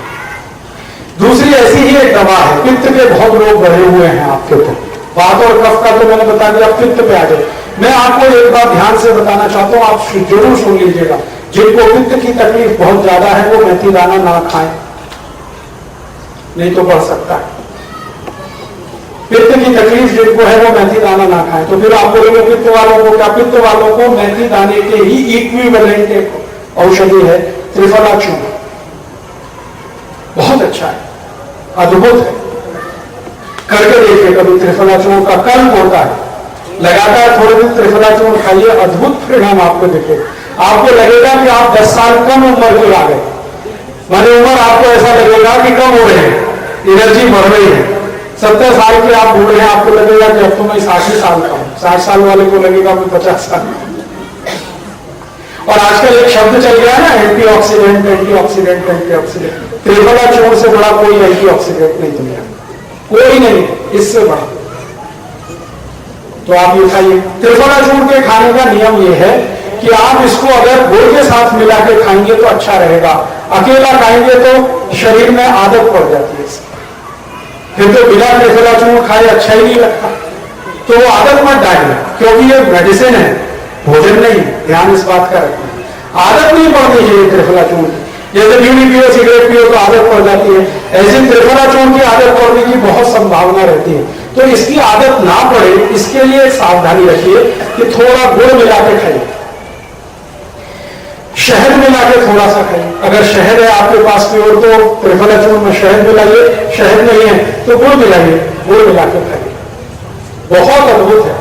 मैंने अभी एक ऐसे पेशेंट को ठीक किया है, भाभा इंस्टीट्यूट ऑफ, ये जो भाभा एटॉमिक रिसर्च सेंटर के एक साइंटिस्ट ने परमाणु संधि उस विषय पर व्याख्यान था। तो व्याख्यान खत्म होने के बाद उन्होंने मुझे धीमे से पूछा, राजीव भाई मेरे शरीर में कुछ तकलीफ है। मैंने पूछा क्या? तो वो अंदर ले गए, शर्ट उतारा, पैंट उतारा, तो मैंने देखा जगह जगह घाव थे, खून टपकता था उसमें से। कब से है? तो उन्होंने कहा बहुत समय हो गया, बहुत इलाज किया, ठीक ही नहीं हो रहा है, क्या करूं क्या नहीं करूं। तो मैंने उनसे कहा ये ठीक तो हो जाए। तो उनको लगा कि मैं उनको झूठ बोल रहा हूँ या ऐसे ही उल्लू बना रहा हूँ। तो उनका देखिए मुझे झूठ बोलने की जरूरत नहीं, मैं साइंटिस्ट हूँ, आप अगर बता दो कि ये नहीं होने वाला तो भी मुझे कोई गम नहीं। मैंने कहा मैं आपसे गंभीरता से कह रहा हूँ, विनम्रता पूर्वक कह रहा हूँ कि ये ठीक हो जाएगा, क्या करूं? मैंने कहा आप सिर्फ त्रिफला चूर्ण खाओ और कुछ नहीं खाओ, शहद में मिला के खाओ। तो 2 चम्मच त्रिफला चूर्ण उन्होंने शुरू किया, 1 चम्मच शहद, 2 चम्मच त्रिफला चूर्ण सवेरे सवेरे चाटते थे। आज उनको करीब 6.5-7 महीना हुआ है, वो सब घाव उनके भर गए, रेडिएशन से हुए घाव भर गए। त्रिफला चूर्ण की ये ताकत है। अब मैंने त्रिफला चूर्ण पर ये जो काम हुआ ना, इसको भेजा है, दुनिया की सबसे प्रतिष्ठित पत्रिका है लैंसेट, उसमें भेजा है छपने के लिए कि त्रिफला चूर्ण की ये ताकत है। तो उनका चिट्ठी आ गया है कि हम आपका ये लेख छापने वाले हैं, थोड़े दिन में छपेगा, लंदन से निकलती है लैंसेट। और डॉक्टर जितने हैं दुनिया के, चिकित्सा वर्ल्ड की, जगत की ये सबसे प्रतिष्ठित पत्रिका है, उसमें त्रिफला चूर्ण पर छपेगा कि ये असर है। रेडिएशन का कोई भी मरीज किसी भी दवा से ठीक होता नहीं है, वो त्रिफला चूर्ण ने ठीक किया। ऐसी ताकत है त्रिफला चूर्ण। तो आप रखिए अपने घर में, इसका उपयोग करें। ऐसे एक तीसरी जी, खाने में पानी पीना चाहिए या गर्म खाना, सादा पानी? हल्का गुनगुना पानी पीना चाहिए। आपके मुंह का जितना टेम्परेचर है उतना गर्म पानी, ठंडा भी नहीं, बहुत गर्म भी नहीं। मुंह का टेम्परेचर आप देखोगे तो 37-38 डिग्री सेंटीग्रेड के आसपास है, उतना ही गर्म पानी पीजिए। और पानी इतना पीजिए कि वो गले के नीचे उतर जाए, ज्यादा नहीं जी। सवेरे खाएंगे आप तो इसका असर बहुत बढ़िया है। रात को अगर आप त्रिफला खाएं तो दिक्कत नहीं है, लेकिन रात में खाया हुआ त्रिफला एक ही परिणाम देता है, पेट साफ करता है। क्या गुड़ मिलाइए ना, मेरी गारंटी पे। हाँ, शुगर वाले को गुड़ मिला के खाइए, शक्कर नहीं, गुड़ थोड़ा सा। 2 चम्मच त्रिफला चूर्ण है ना, आधा चम्मच गुड़ मिला लीजिए, मामूली मीठा रहे, जरूर खाइए। सुबह खाइए माता जी, रात को खाएंगी तो सिर्फ पेट साफ करेगा, सुबह खाएंगे तो इसके औषधीय गुण बहुत ज्यादा है, सुबह खाएंगे। मेरा प्रश्न है कि ये जो प्रकृति है कफ, पित्त और खाली, इसके कोई सिंपल सिम्टम्स क्या है? बहुत अच्छा। देखिए बाबूजी का एक प्रश्न है, वो सबका होना चाहिए। इनका प्रश्न है कि हम अपनी प्रकृति को कैसे पहचाने। हमारी वात प्रकृति है, हमारी कफ प्रकृति है, हमारी पित्त प्रकृति है, हम इसको कैसे पहचाने? तो इसके लिए सरल सरल सूत्र सिम्टम्स वाले लिख दिए हैं, उसकी एक किताब छपा दिया है, वो किताब यहाँ है, आप ले जाइए, उसको आराम से कभी भी बैठ के ध्यान से पढ़िए और दूसरों को भी पढ़िए। मैं थोड़ा आगे बढ़ता हूं। रसोई में एक अद्भुत चीज और है आपके पास। ये किताब का नाम है स्वावलंबी चिकित्सा, उसमें सारे सिम्टम्स हैं। और एक है अहिंसक चिकित्सा, उसमें भी है। ये तीसरी एक ऐसी औषधि आपके घर में है जिसको आप जरूर इस्तेमाल करिए। मैंने उसके बहुत अच्छे परिणाम देखे हैं। चूना, चूना चूना वो पान में लगा के खाते हैं चूना। कई कई रोग में मैंने इसके परिणाम देखे, छोटे बच्चों से लेकर बड़ों तक। मेरे पास अक्सर बहुत सारे लोग आते हैं चिकित्सा के लिए, परामर्श लेने के लिए। मैं निःशुल्क चिकित्सा करता हूँ, निःशुल्क परामर्श देता हूँ, क्योंकि मैंने इसको व्यवसाय नहीं बनाया, मेरे स्वामी पे सुखा ये करता हूँ। तो छोटे छोटे बच्चों के बहुत सारे प्रश्न मेरे पास आते हैं। बच्चे हैं, लंबाई नहीं बढ़ती, हम बहुत अच्छा खाना खिलाते हैं, ताकत नहीं आती, वजन नहीं बढ़ता, इनकी बुद्धि कम है, स्मरण शक्ति कम है, जल्दी भूल जाते हैं, कुछ याद नहीं रहता है, ऐसे बहुत सारे प्रश्न आते हैं। मैं सब माताओं को एक ही बात बोलता हूं, इन बच्चों को चूना खिलाओ। चूना कैसे खिलाएं? दही में मिला के खिला दो, मट्ठे में मिला के खिला दो। कितना? 1 गिलास अगर मट्ठा है तो 1 ग्राम चूना, बहुत मामूली सा, 1 ग्राम इतना ही होता है। तो 1 गिलास दही का मट्ठा, 1 ग्राम चूना। दही 100 ग्राम ले लो, 1 ग्राम चूना। और सबसे अच्छा है गन्ने का रस, गन्ने के रस में मिला के पिला दो चूना। गन्ने का रस थोड़े दिन मिलेगा, 3-4 महीने, तो संतरे के रस में पिलाओ, मौसमी के रस में पिलाओ, अनन्नास के रस में पिलाओ, चूना खिलाओ छोटे बच्चे रोज सुबह सुबह खाली पेट। 12 महीने में चूना हमेशा मिलता है, चूना हमेशा मिलता है। पानी बना के हाँ बता, अभी इनका प्रश्न बहुत स्पेसिफिक है। चूने को हम 2 तरीके से खा सकते हैं। आप चूना ले आओ बाजार से, जो पान की दुकान में मिलता है, इसको मिट्टी के घड़े में डाल दो, ऊपर से पानी डाल दो। थोड़ी देर में क्या होगा कि ये चूना नीचे बैठ जाएगा, पानी ऊपर आ जाएगा। तो ये जो ऊपर का पानी है, ये चूने से भी ज्यादा कीमती है, पानी, चूने का पानी। इसका असर चूने से भी ज्यादा आता है। तो अगर आप ये पानी पिलाते हैं तो ये सबसे अच्छा है, नहीं तो चूना पिला दो। कितना डालना चाहिए? हाँ, अगर आप चूना लाए हैं तो इसमें अनुपात 1 और 10 का रखिए। 100 ग्राम अगर चूना है तो 1 लीटर पानी डाल के छोड़ दीजिए। 100 ग्राम में हाँ, 150 ग्राम तक 1 लीटर छोड़ सकते हैं, बहुत मैक्सिमम 200 ग्राम। तो पानी डाल के छोड़ दीजिए। थोड़ी देर में देखेंगे आप, 1 दिन बाद 1.5 दिन बाद, तो पानी अपने आप कम हो गया। तो जब पानी कम हो गया तो ऊपर थोड़ा सा पानी रह जाता है, वो ले लेना 1 चम्मच, और वो 1 चम्मच मिला देना 100 ग्राम दही में, या 1 गिलास मट्ठे में, या 1 गिलास रस में, गन्ने का रस, संतरे का रस, मौसम्बी का रस, ये पीने का। और इससे आप देखेंगे कि बच्चों को भूख खुल के लगेगी, लंबाई बढ़ने लगेगी, हड्डियां मजबूत हो जाएगी। जो आपको लगता है कि मस्तिष्क की शक्ति उनकी कम है, ब्रेन माने मति मंदता है, वो ठीक हो जाएगी। बहुत बहुत अद्भुत परिणाम है। मैंने अभी एक बच्चे पर इसका परिणाम देखा है। सेरिब्रल पॉल्सी एक डिसीज है जिसके बारे में एलोपैथी के डॉक्टर कहते हैं कि ये कभी ठीक नहीं होती। मेरे पास एक बच्चा है 8 साल का जिसको सेरिब्रल पॉल्सी है, मैसूर का है। मैं उसको लगभग 9 महीने से चूने का पानी पिलवा रहा हूं, उसका कम से कम 60% इंप्रूवमेंट उसमें है।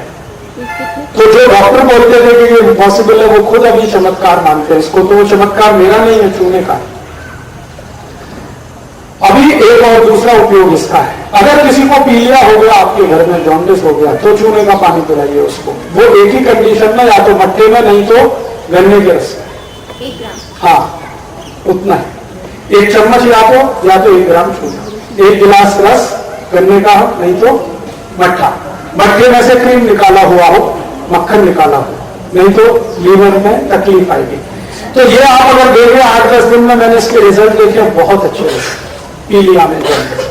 इसी तरह से बहुत सारी माताएं हैं जिनकी उम्र 45-50 वर्ष के आसपास है और उनको मेनोपॉज पीरियड शुरू हुआ, उसके जितने भी कॉम्प्लिकेशन है उसकी सबसे अच्छी दवा यही है, चूना। सबसे अच्छी दवा है। मैंने अभी इस चूने के रिजल्ट देखे हैं। शरीर में कई बार गांठ हो जाती है, गांठ, ट्यूमर्स, और सभी ट्यूमर जो है ना कैंसर नहीं होते, मैलिग्नेंसी में नहीं है, बिनाइन है। तो बिनाइन ट्यूमर कोई भी है वो चूने से गल जाता है।